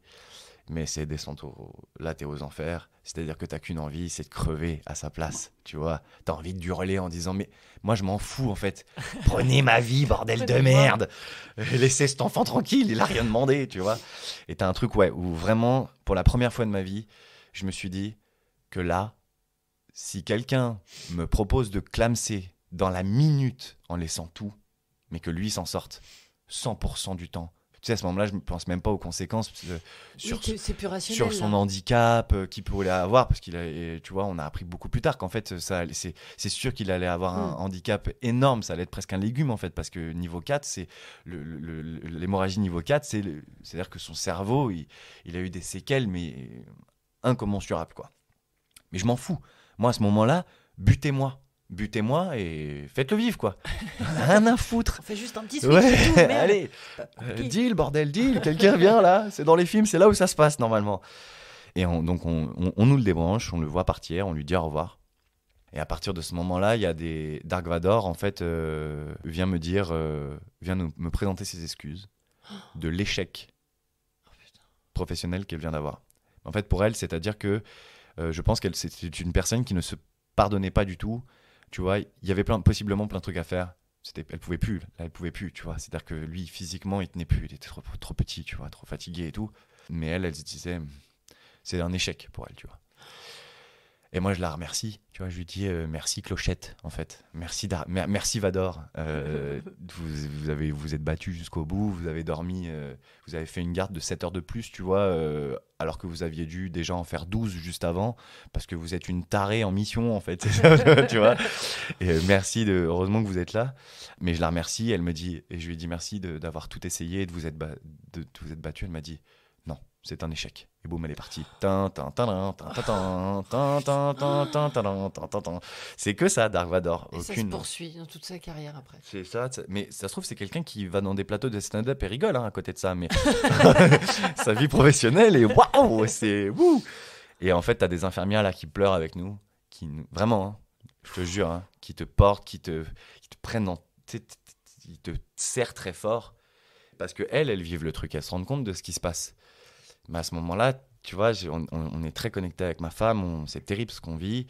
Là, il est libre en fait. Pour la première fois, tout est calme. C'est-à-dire que c'est terrible, hein, ce que je dis, c'est affreux. Mais en fait, on va rester longtemps avec lui après. Mais vraiment plusieurs heures en fait. Ou peut-être 2 heures, tu vois. Ou 1h30, 2 heures. À continuer à lui parler en fait.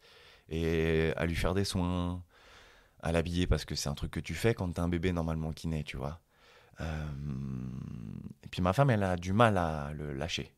Vraiment. C'est un truc, c'est dur pour elle. Il vous laisse l'avoir dans les bras là. Bien sûr. Bien sûr. Là, on est en contact total. Ils ont retiré toutes les machines. Ils les ont toutes éteintes. Donc là, trop bizarre. Il n'y a plus un bruit, à part nos larmes. Et c'est la première fois que vous vous retrouvez en fait dans le calme avec lui. Ouais, sinon t'avais du bruit en permanence, même si on les entendait pas d'un coup, c'était... En fait, quand tu finis par avoir un bruit d'horloge, tu finis par plus l'entendre, mais au moment où elle s'arrête, tu dis putain, il y avait un bruit d'horloge. Tu vois, c'est exactement le principe. Et vraiment, on l'accompagne jusqu'au bout. Donc là, il est emmené dans un ascenseur et machin. C'est eux qui vont le garder pendant un temps. Et nous, on l'accompagne vraiment jusqu'à l'ascenseur. C'est affreux. Je porte ma femme presque à bout de bras. C'est terrible. On dit adieu à notre petit bébé, tu vois, qui s'est battu. Lenny le lion, comme je l'appelais, n'est plus là, quoi. Et en fait, on doit repartir, nous. Ça y est, bon, on a besoin de la chambre. Prenez vos affaires. Ciao. Donc nous, on rentre chez mes parents pour la nuit, tu vois. Nuit très courte et... d'un côté, on s'effondre de fatigue, tu vois. Et d'un autre, pas très réparateur, parce qu'on est quand même réveillé par des images, par des trucs un peu durs. Et cette phrase de ma femme, donc ça c'est le samedi, hein. Donc nous, tu vois, on est arrivé le lundi, c'est le samedi. On passe la nuit du samedi au dimanche, ça s'est passé dans la nuit du samedi au dimanche, donc on arrive très tard le dimanche. Et le dimanche matin, on se réveille avec ma femme. Elle me regarde, se retourne vers moi, elle me dit « On réessaye ». Je me dis « Mais cette femme est incroyable, en fait ». En fait, elle m'envoie le signal que elle, vas-y, viens, ok, c'est terrible, on va être très triste encore pendant très longtemps. Ce qu'on a vécu est terrible, mais viens, on se tourne vers la vie, en fait. Donc là, tu vois, le matin, il y a mon fils qui vient, qui saute sur le lit. La vie, quoi. La vie. Avec nous, une sorte de... On fait semblant. D'un côté, on a vraiment la sensation profonde que ça va mieux, tu vois. Parce qu'on est au contact de la joie. Et ma mère et tout mon entourage s'éloignent un peu pour pleurer de leur côté, tu vois. Et nous tous, on fait un peu le même truc. Mais on est un peu entretenus dans un truc de... ça va mieux, tu vois. Donc... on vit comme ça pendant quelques jours. Moi, je reprends le travail assez rapidement. Je me noie un petit peu dans mon boulot assez vite. On fait la cérémonie. Tu vois, on a une cérémonie et tout qui est extrêmement dure à vivre parce que tout petit cercueil, parce que voilà, très compliqué. Mais maintenant, il faut affronter la vie d'après. Et là, on rentre dans un autre truc que j'avais pas forcément identifié. C'est que moi, en fait, j'ai beaucoup pleuré, comme je l'ai dit juste avant. Et à partir du dimanche matin, je ne pleure pratiquement plus. Je vais repleurer pour la cérémonie et avec parcimonie de temps en temps sous ma douche le matin régulièrement, mais je m'effondre plus comme ça l'était avant. J'arrive plus à le faire en tout cas. Et mon objectif numéro 1, c'est de relever ma famille. Okay. Donc mon émotion, très lâchement, je l'enterre. Parce que je dis bien lâchement parce que c'est vraiment une bonne manière de fuir tes émotions et ta douleur. Et je me concentre sur ma femme. Je sais que si ma femme, elle s'effondre, on est mort. Tu vois, c'est elle qui... Voilà, il faut qu'elle s'en sorte. Donc, elle fait séance de psy. On a beaucoup de séances de psy en couple. On en a quelques fois, on en a 2-3. Je dis beaucoup, mais en fait, on en a 2-3. Elle va continuer après le psy pendant longtemps. Mais la première question, c'est comment t'annonces à un enfant de 3 ans que son petit frère est décédé et qu'il l'a jamais vu, tu vois. Nous, on est en mode, on va peut-être lui dire qu'il est parti. Alors, pas du tout, en fait. La psy nous explique qu'il faut dire les mots. Parce que si tu commences à dire à un gamin, ton petit frère, il est parti, chaque coup que toi, tu vas dire, je pars au boulot. Ouais, c'est ça. Tu rentreras plus jamais, tu vois. C'est ça. Ou ton petit frère, il est monté au ciel. Ce qui est une image plutôt poétique, tu vois. Oui, mais chaque coup qu'il est dans l'avion, il est collé au bleu en disant on va voir Lenny, ça veut dire terrible en fait, c'est terrible. Donc en fait, non, faut lui parler, dire des vrais mots d'adulte et il va capter. Ouais. Et donc on lui a parlé, ça a été dur, ça a été très difficile. Hein. Et elle nous a dit mais si vous pleurez, vous pleurez. En plus, il pose des questions derrière. Bien sûr, mais lui, il faut qu'il comprenne que c'est triste. Il faut qu'il comprenne que ce qu'on a vécu, c'est difficile, tu vois. C'est important pour lui, en fait, tu vois, parce que lui, jusque-là, il ressent ce qui se passe, mais il comprend pas pourquoi. On peut pas minimiser, sinon il n'y a pas de logique avec ses ressentis et la réalité. Tu sais, la psy, elle nous dit, ça peut créer des traumatismes où, du jour au lendemain, ton fils, il devient bègue. Parce que c'est des trucs très violents. Parce qu'en fait, un enfant, elle nous a expliqué que c'était auto se rentrer, tu vois, beaucoup, c'est normal. S'occupe que de lui, quoi. Et que du coup, s'il te voit triste ou en colère, son premier réflexe, ce sera de se dire que c'est de sa faute. Bien sûr. Et donc, si tu lui expliques pas, pour lui, c'est de sa faute. Et là, visiblement, t'es très, très triste. Et que du coup, lui, il a fait un truc très, très, très, très grave. Donc, il faut bien lui expliquer pourquoi et ce qui se passe. Et il a très bien compris. Et donc là, on va faire face à d'autres trucs. C'est que du coup, nous, on est encore un peu sonné de ce truc-là. La vie reprend. Donc ma femme reprend pas encore son boulot, elle est en congé du coup après, elle a son congé qui commence quoi. Et en fait, on est très entouré, vraiment beaucoup entouré comme je l'ai dit, sauf que t'es extrêmement seul. C'est-à-dire que on rentre dans une phase où plus le temps passe, plus t'en parles, t'arrives à en parler, etc. Mais moins t'en parles aussi aux gens qui t'entourent, parce que tout le monde est un peu au courant déjà. On prend des nouvelles de comment tu vas, comment tu te sens, etc. Mais t'arrives pas à expliquer. Parce que ce que t'as vécu... Personne ne peut comprendre. Ouais. Et non, personne l'a vécu. Puis moi, j'ai pas envie de rendre triste les gens, tu vois. Je vais pas lui dire, moi aujourd'hui, si on me propose encore aujourd'hui de crever, je le fais pour que lui revienne, tu vois. tu peux pas mettre des mots dessus, tu peux pas faire comprendre aux gens la tristesse parce que eux ils vont être en compassion avec toi, ce qui est normal parce que c'est des gens qui t'aiment. Mais moi je les rends hyper tristes à ce moment-là d'un truc que moi je vis avec ça en permanence, tu vois. Donc tu finis par garder ça avec toi. Alors tu te dis oui, bon bah t'as ta femme qui a vécu la même chose et qui peut te comprendre, mais même pas en fait, parce que ta femme, enfin ta moitié, hein, ta femme ou ton mec ou voilà, en fait on est à des niveaux émotionnels qui sont en permanence en décalage, tu vois. Elle va peut-être beaucoup mieux aujourd'hui. Et moi, ça va beaucoup moins bien. Mais sauf que si je lui parle de ce que ça va pas bien là, je prends le risque de la ramener down avec moi. Ouais. Et ça, c'est des deux côtés. Donc en fait, tu finis par plus avoir aucune communication avec ta moitié.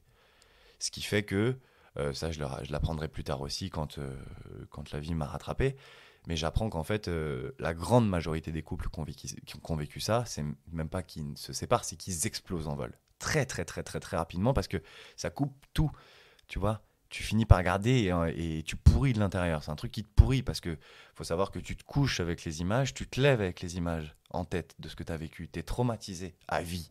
Et aujourd'hui, je le suis encore, tu vois. C'est juste que j'ai appris à vivre avec et à transformer ça en gardant les beaux moments de on va s'aimer, on va danser chenille, plus que, tu vois, les drames. Même si j'ai toujours les images de drames qui sont là et des moments très difficiles qu'on a pu traverser. Mais comme je disais, ma femme, dès le lendemain, nous dit on réessaye.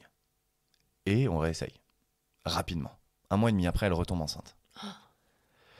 Et là, nous, on est très, très, très, très heureux. C'est-à-dire quand elle m'annonce qu'elle est enceinte, je je pleure de joie. Je suis hyper content de ça. Voilà, c'est reparti, quoi. Tu vois, on se rend pas bien compte, mais on sait que ça va être une grossesse difficile parce que beaucoup d'anxiété forcément, et que du coup, on prend la décision de l'annoncer très tôt. Parce qu'on n'a pas du tout envie d'attendre les 3 mois. Là, on a besoin d'aide tout de suite et de soutien tout de suite. Donc, on va en parler à mes parents, on va en parler à mes potes qui pleurent tous de joie dès que je leur annonce. Tu vois, moi, je suis hyper ému, je pleure et tout le monde pleure. C'est génial, quoi. 2 mois et demi, 3 mois, écho de contrôle. Le bébé, ça fonctionne pas. Fausse couche. Putain. Et bizarrement, du coup, comme je disais, moi, je me suis beaucoup concentré sur relever ma femme. Du coup, jusque-là, c'est moi qui cachais tout.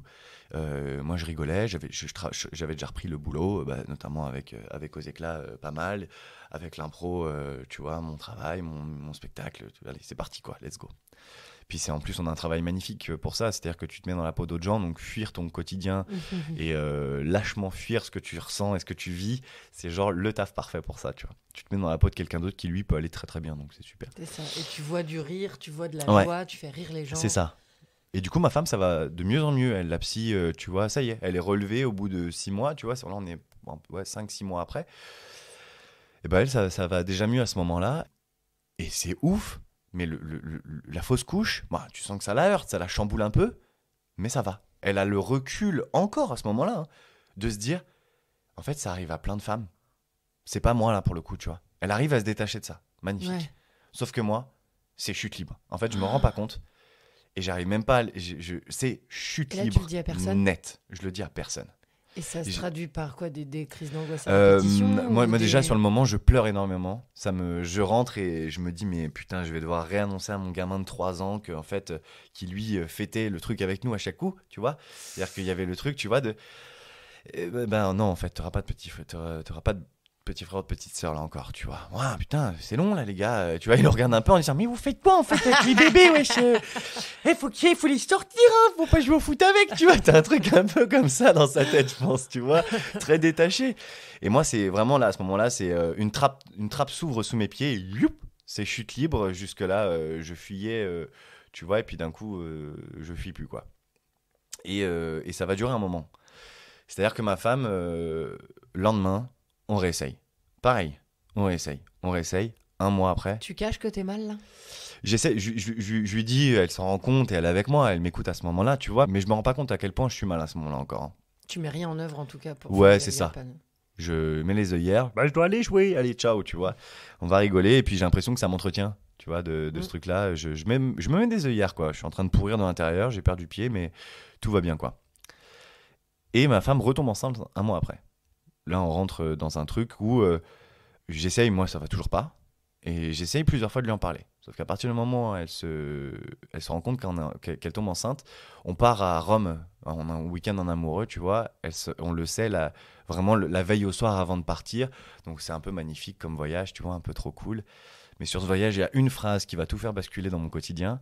J'essaie de lui expliquer que je suis hyper content pour la grossesse, mais moi, là, tu sais, ça a été dur pour moi, la fausse couche. Et j'essaie de m'ouvrir un petit peu à elle. Elle me coupe la parole, elle me dit, écoute, tu vas t'occuper de toi, je vais m'occuper de moi, mais tu vas garder tes émotions en fait. Moi, je vais gérer ma grossesse. Sur le moment, je le comprends, je lui en veux pas du tout, hein. Mais du coup, cette phrase va faire que je vais me fermer à vie de partager ce que je ressens émotionnellement avec qui que ce soit. Et du coup, je vais partir dans 6 mois de mensonges à moi-même, même si je me rends bien compte que je continue à pleurer sous la douche beaucoup plus que la normale. Et puis, je vois ma femme qui est en train de se brosser les dents de l'autre côté du rideau de douche et qui fait genre, il se passe rien, tu vois. Parce qu'elle pouvait pas gérer non. ta tristesse et parce qu'elle elle et devait elle être forte. elle veut être concentrée sur tout va bien dans ma grossesse parce qu'elle est dans un truc, c'est une grosse machine à laver là, c'est-à-dire que c'est une écho toutes les 2 semaines, c'est prise de sang toutes les semaines, c'est aller jusqu'à Poissy parce qu'il n'y a aucun autre médecin qui veut lui parler parce qu'elle a une grossesse compliquée, tout est très très très très très très compliqué parce que c'est une angoisse permanente si tu veux. Nous, on n'a qu'une peur, c'est de revivre ce qu'on a vécu et de ne pas réussir à avoir cet enfant qu'on veut absolument, tu vois. C'est ça qui te met mal au quotidien, c'est la peur de ce qui va se passer ou d'être dans le passé Non, c'est dans le passé. Moi, ce que j'ai vécu, en fait, ça m'a traumatisé, sauf que je l'ai enterré pendant 7 mois, tu vois, et que là, pendant 6 mois, je vais le... T'as fait que les 3 séances de psy de couple, mais pas de séances Ouais, et seule. puis moi, en plus, tu sais, j'y allais pour accompagner ma femme, en fait. Oui. Limite, je la déposais devant et j'attendais dans la voiture, c'était pareil. D'accord. Moi, j'étais à l'arrière, j'étais physiquement reculé. Ouais. Et j'étais le porte-mouchoir de ma femme, si tu veux.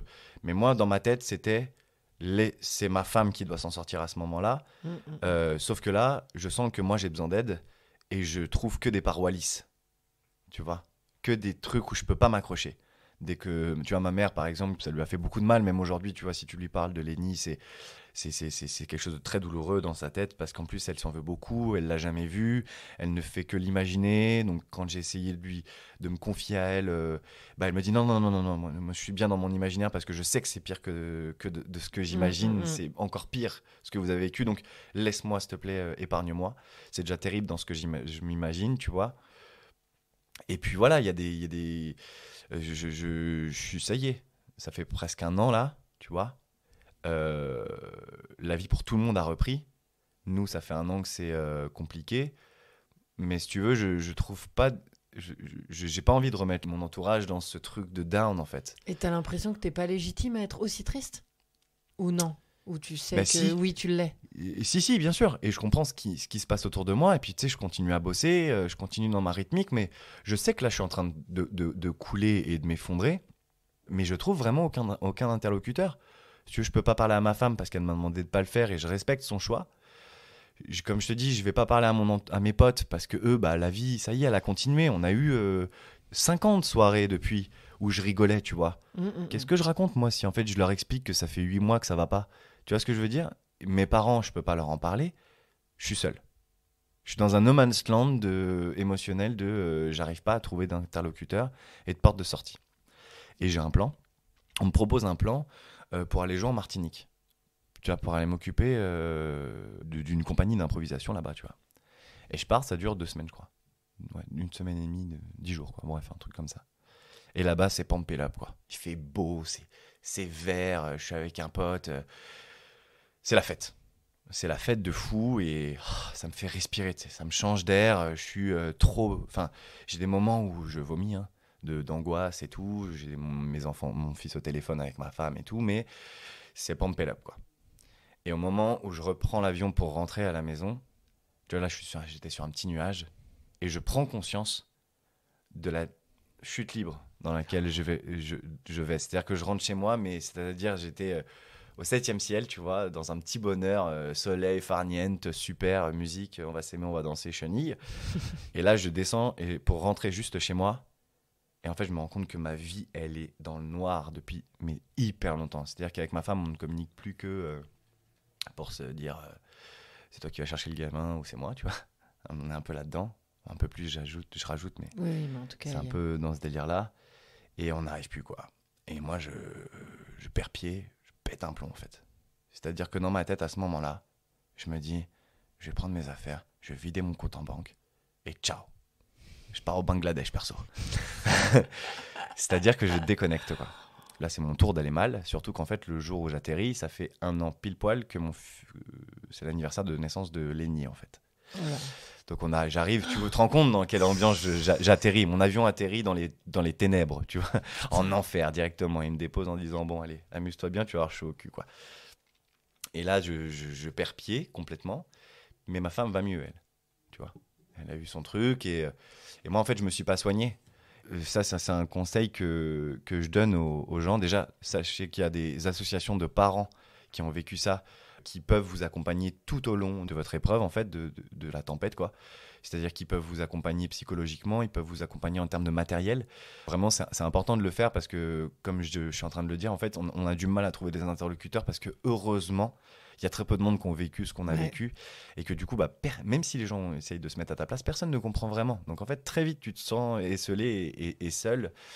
Et surtout, moi j'ai mis trop de temps à le faire, mais allez tout de suite entamer une thérapie. Vraiment, en plus, je crois qu'il y a plusieurs séances qui sont... Il y a des psys qui sont dans l'hôpital. Moi, je ne pouvais plus rentrer dans l'hôpital, je bloquais. C'est-à-dire, tu vois, il y avait une sorte d'arche pour rentrer. Et moi, je tétanisais sur place. Je ne pouvais, j'arrivais, enfin ça me faisait mal, quoi. Tu vois, tu peux en voir en dehors, du coup.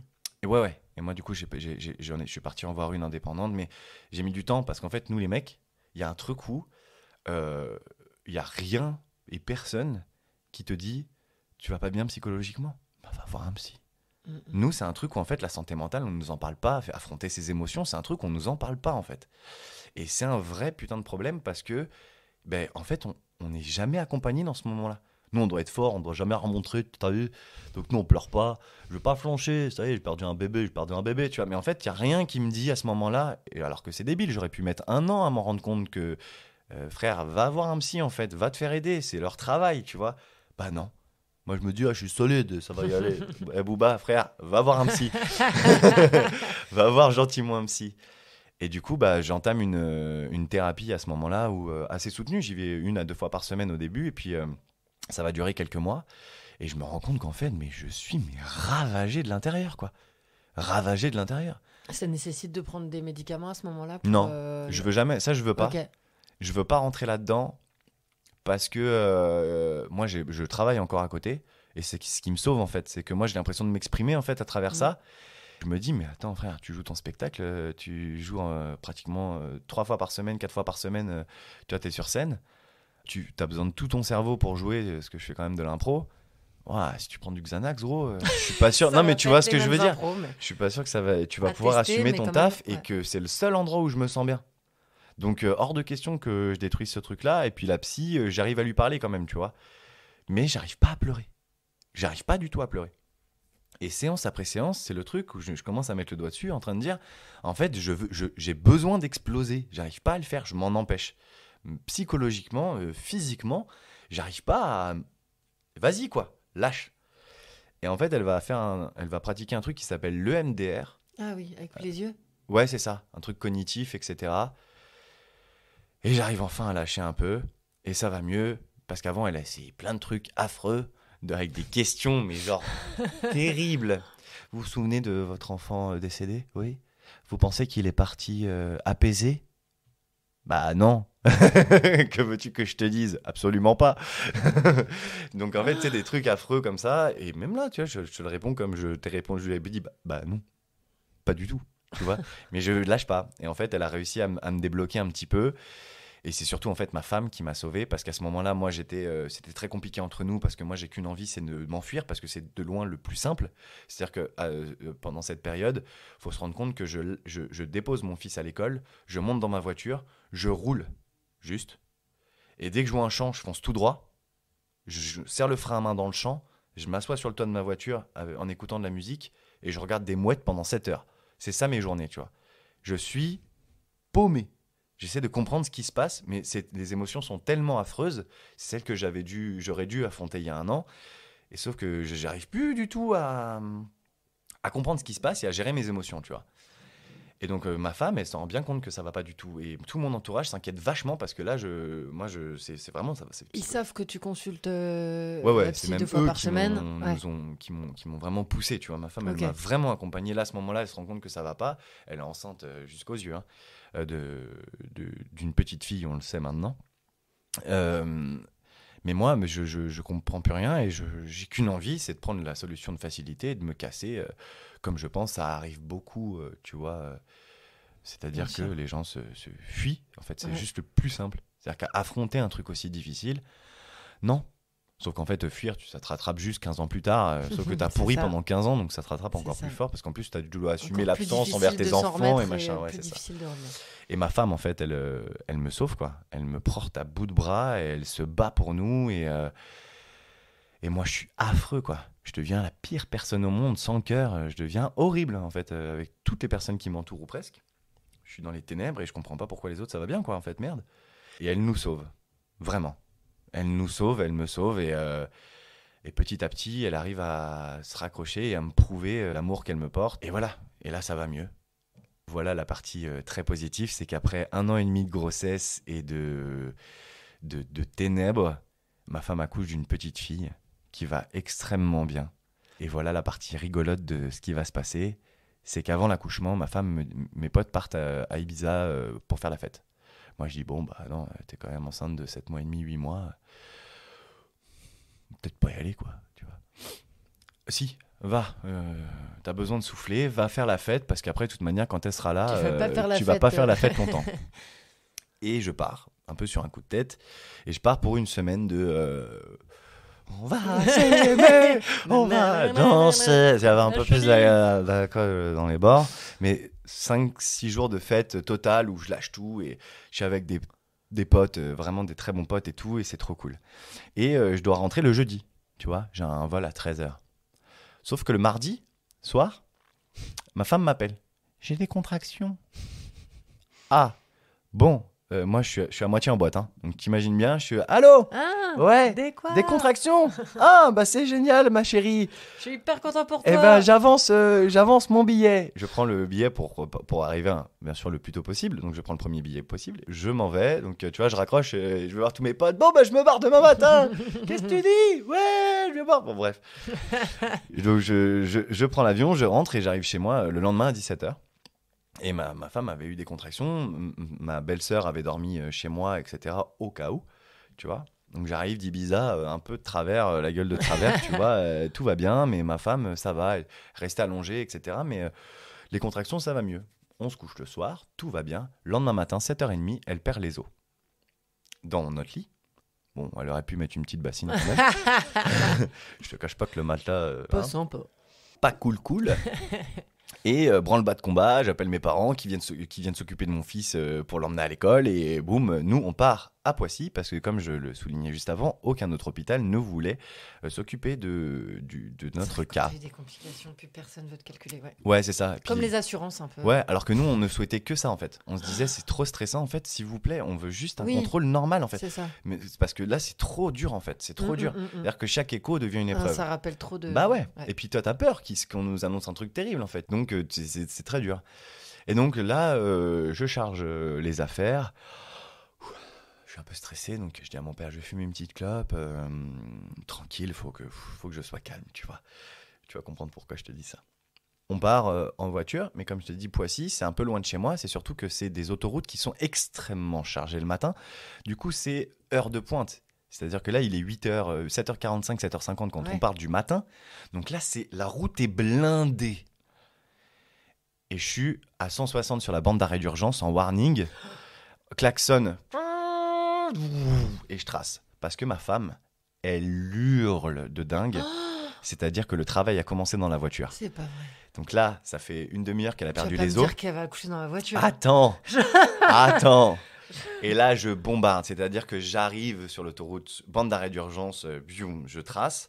J'arrive dans la ville, je prends les ronds-points à contresens, je monte sur les trottoirs je finis par arriver devant la porte de l'hôpital, je serre le Avec frein à 2 main pneus au crevés. milieu de la route. C'est-à-dire que Sarah me dit, mais attention quand même, te fais pas arrêter. Je te jure qu'ils vont m'arrêter là-bas. Toi, tu seras dans un fauteuil, mais tu pars, ça y est.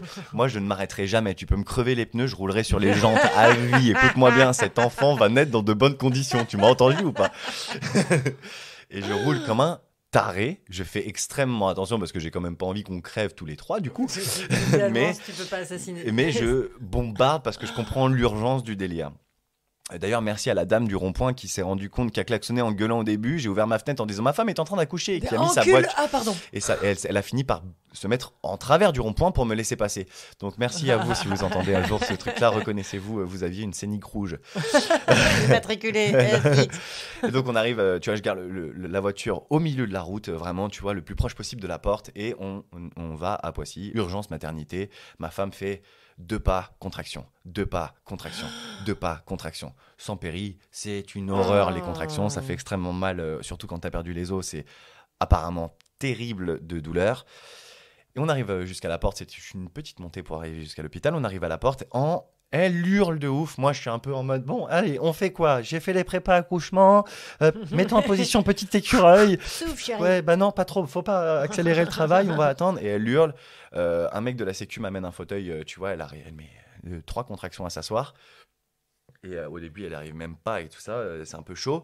Mais tu vois, on a juste genre 1,50 m entre la porte de l'entrée et l'ascenseur pour monter. Ouais. Et en fait, elle hurle, elle en a 2-3 des contractions, donc ça s'accélère vraiment très fort. Et en fait, un mec qui vient et qui me dit bonjour, je suis sage-femme de l'hôpital. Et en fait, j'apprendrai plus tard qu'en fait, ce mec-là, comme tous les dieux que vous êtes, extraordinaires, les héros que vous êtes, c'est un mec qui avait fini sa garde, Ah. qui a entendu au loin une femme crier et qui est venu voir ce qui se passait pour taper le code de l'ascenseur qui va nous permettre d'arriver directement dans le service des urgences, sinon on aurait dû faire le tour et ma femme aurait accouché dans le couloir de l'hôpital. Et pour appeler ses collègues pour dire il y a une urgence là, il me jette ses affaires. Lui est en civil, hein. Il me jette sa sacoche, son manteau, etc. Donc moi, comme 1 an et quelques avant, Tes je me affaires dans les retrouve manteau, affaires dans les bras du sage-femme et ascenseur, tu vois, dans l'ascenseur. Ma femme qui hurle, il est là. Donc là, elle va accoucher dans l'ascenseur, c'est ce qui va se passer. D'accord? La femme, le truc s'ouvre, mais en 30 secondes. Hein. Là, ce que je t'explique, c'est 30 secondes de temps. Hein. C'est-à-dire que ça va hyper vite. Le mec est trop réactif, mais c'est surtout au moment où la porte de l'ascenseur s'ouvre directement dans le service maternité, il y a 3 personnes qui nous attendent en blouse, etc. C'est-à-dire que les urgences françaises sont d'une efficacité, mais hors norme. Sachez-le, c'est des héros. C'est-à-dire que là, à ce moment-là, il y a 3 personnes qui nous attendent. Boum, eux, ils sont prêts. Et ils ont ouvert la première pièce, qui est une pièce d'écho, pas du tout une pièce d'accouchement, où il y a 3 personnes en train de fixer des étriers sur un pauvre brancard tout naze, tu vois. Mais c'est qu'on sait que là, on va la prendre, on va la poser accouchement, direct. Mais c'est-à-dire que La faut tête savoir. était sortie, là. faut savoir un truc. Elle a perdu les os à 7h30 pile. Ma fille est sortie à 8h28. Moins d'1 heure après. D'une heure. Oh là là C'est-à-dire là que là c'est là. hyper rapide.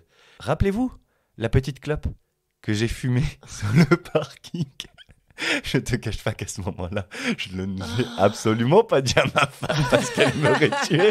On avait tellement besoin de ces 2 minutes de clope Mais là. jamais de la vie, tu peux imaginer ça.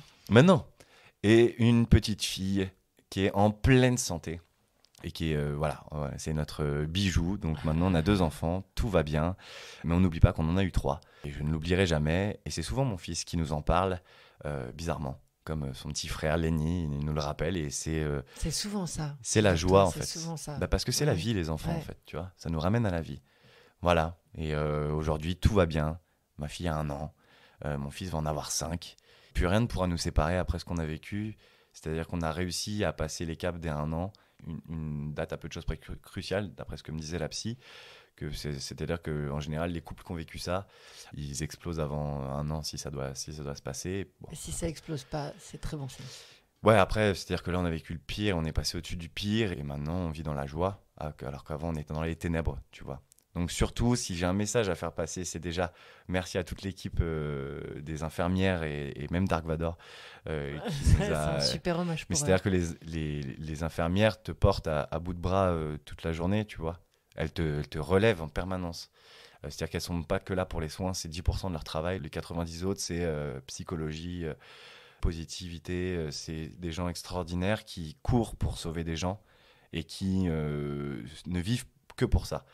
C'est-à-dire que j'ai vraiment vu des personnes, des infirmières, ne pas vouloir quitter leur poste 24 heures, 48 heures en plus. Donc ça veut dire qu'ils faisaient plus de 4 jours sans, tu vois, en dormant, en faisant des siestes et tout, pour être auprès de nous et nous soutenir, tu vois. Mais tu te rends compte que vous leur avez apporté beaucoup aussi. Enfin voilà, on t'entend, on ne te voit pas, mais on ressent, j'imagine, l'énergie. T'as un côté, et ta femme, j'imagine que ça doit être c'est ton binôme, donc ça doit être quelque chose aussi. Un côté tellement solaire, ils ont dû vous voir vivre des trucs forts avec vous aussi, quoi. Ouais. Au-delà de ce qu'ils vous ont apporté, c'est certain que vous les avez... Ouais, enfin je pense Même que... la reconnaissance de la montrer, je pense que tout le monde ne le fait pas à la même hauteur et de la même manière. Ouais, c'est possible. Et puis c'est surtout que j'ai appris plus tard que, en fait, les cas de 24 semaines, c'est quand même vachement rare, en fait. Heureusement. C'est que les prémas, il y en a beaucoup, faut le savoir. Même genre 26, 27 semaines, c'est pas du tout les mêmes stats en fait. Parce que l'enfant a des organes vitaux qui sont vachement plus développés. C'est vraiment là sur les 5e, 6e mois que ça se développe beaucoup.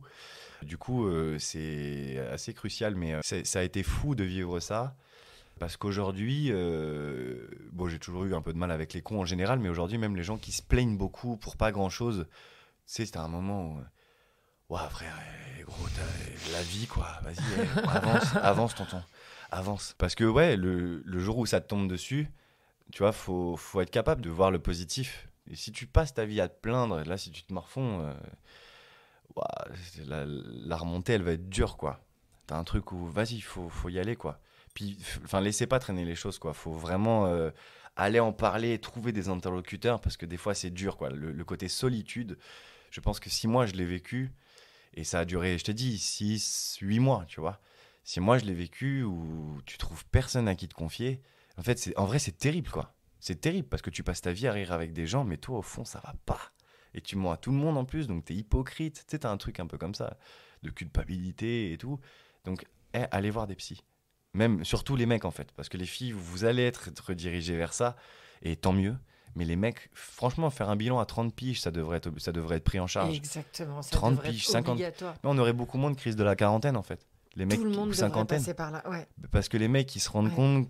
Enfin, tu vois, ils n'ont pas fait le point. Et à un moment, ils ouvrent les yeux sur leur life, ils se rendent compte, ils prennent un peu de recul. Et ils se mettent à mettre de la lotion solaire pour bronzer. Ils sont orange, ils achètent tous une BM qu'ils n'ont pas les sous de faire. Ils crament tout au casino. YOLO. Bah non, mais gros, t'as des enfants. Avec une pauvre de 18 ans. Exactement. Mais c'est tellement pertinent ce que tu dis. Et en effet, bah, voilà, les garçons sont éduqués. Je me rappelle, j'ai entendu ma mère dire à mon neveu, il y a quelques mois, « Ah, les garçons, ça pleure pas. » Et ça m'a mis hors de moi. Ouais. J'ai dit en fait non, ce discours, mais jamais de la vie. Après, elle s'est reprise, non, mais je rigolais, mais c'est pas ce que je voulais dire.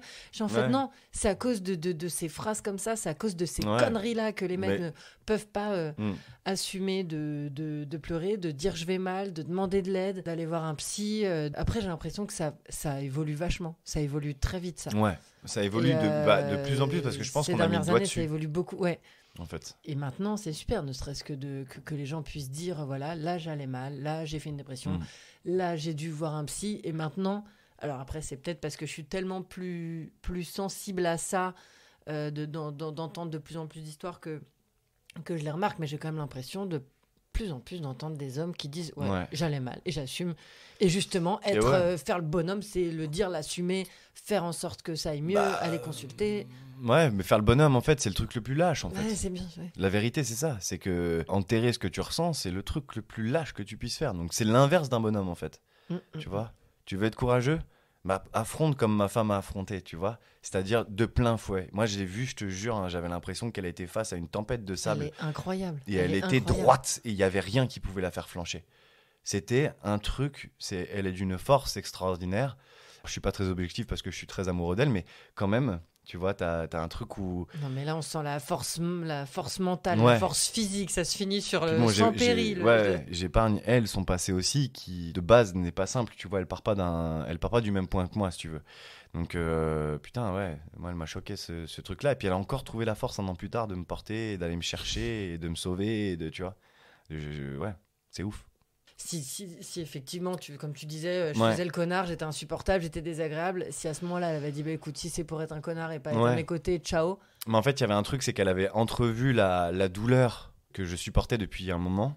Elle, par contre, elle continuait à se décharger sur moi pendant les 8 mois. Tu vois ce que je veux dire? Parce que moi, je lui donnais ce signal-là. Vas-y, tu peux.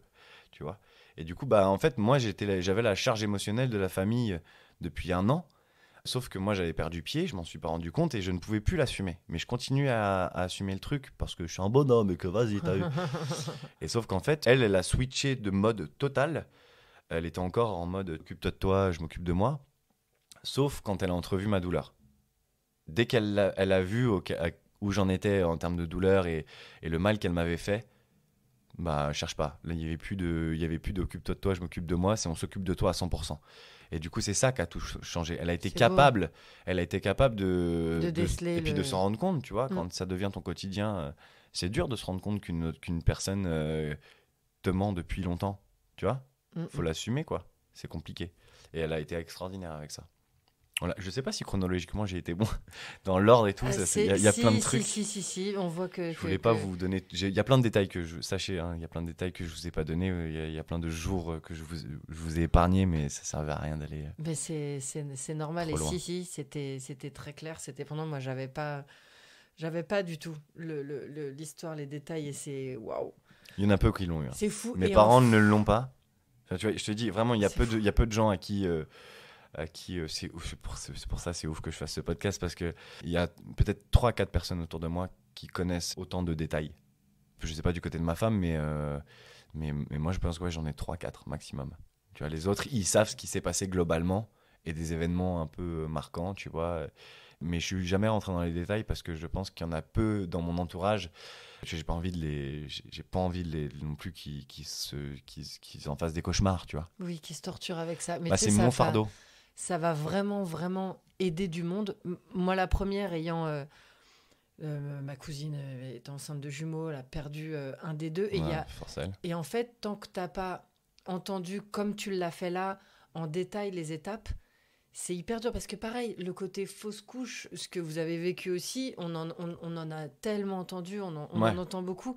Et c'est dur pour les gens qui n'ont pas vécu de voir le gap entre une fausse couche, quelque chose à 1 mois et demi, 2 mois, et ce truc de t'accoucher, de connaître, de tisser un lien avec ton enfant, tout ça, les machines, tout, enfin, comme tu le racontes, il y a vraiment de prix. Et puis même, ça peut aider ou des gens qui l'ont vécu, ou des gens qui ont des proches qui l'ont vécu, à un peu plus comprendre l'ampleur du truc, les conséquences, tout ce que ça permet derrière. C'est cette phrase-là de tu vas aider beaucoup de gens qui m'a convaincu à faire ce podcast parce qu'en vrai, sinon, tous les jours, je refuse. Et puis, je te dis, j'ai quelques personnes dans mon entourage vraiment qui m'ont dit non, mais pourquoi tu fais ça? Est-ce que tu es sûr que c'est une bonne idée? Bah ouais. Mais d'un côté, je pense que ça m'a fait du bien aussi d'en parler, tu vois. Puis bon, on se connaît bien quand même maintenant, donc on peut le faire ensemble, tu vois. Mais j'avoue que j'aurais pas. Ardisson, si tu prends ça, je te jure, je t'évente. si un jour on fait un truc et que tu me parles, je te jure, je quitte ton plateau, je cherche même pas. C'est pas ça, pète le bien. Tu vas pas me trouver en putaclic. Je suis vraiment honorée et touchée que t'aies accepté d'en parler à ce micro-là, face à moi. Est-ce que c'est pas ma place d'avoir les yeux pleins de larmes à ce moment-là, mais c'est tellement prenant, qu'on soit parent ou pas, forcément, c'est prenant. Mais merci 1000 fois. Et bravo d'avoir rendu. Enfin, t'arrives à faire ressentir ce que vous avez. Tu parlais d'ascenseur émotionnel et on rit et on pleure, et c'est ce que t'as fait avec moi là. Et rire et pleurer là, normalement. Non, je voulais pas que ça soit noirceur sur noirceur, les amis, sinon vraiment ça aurait été long. Et c'est ta manière aussi d'être fort au quotidien, donc c'est ce qui reflète qui tu es, donc c'est de la bonne manière de le raconter. Donc là, ça va être... je vous invite à découvrir le Dédramalouse après, puisque ça ne va être que de la rigolade. Normalement, ou pas que, mais en tout cas... Si. Ouais, faut que je réfléchisse à ce que je veux dire, mais ouais, normalement, c'est bon. On embrasse fort la femme d'Antoine. D'ailleurs, mon monteur Julien m'a dit Waouh, quelle femme! Voilà, j'ai trouvé ça beau. Vous avez adoré Antoine Rabot, j'en suis sûre. N'hésitez pas à écouter les épisodes de Dédrama Loose, dans lesquels il nous confie des bonnes looses de manière bien hilarante. Et allez voir ses shows aussi. Là, vous le retrouvez sur notre page Instagram, Podcast des Dramas. Je suis Edwina Girard. Cet épisode a été monté par Julien Griffon et les musiques sont de Gatien Mathèse. À très très vite dans Des Dramas.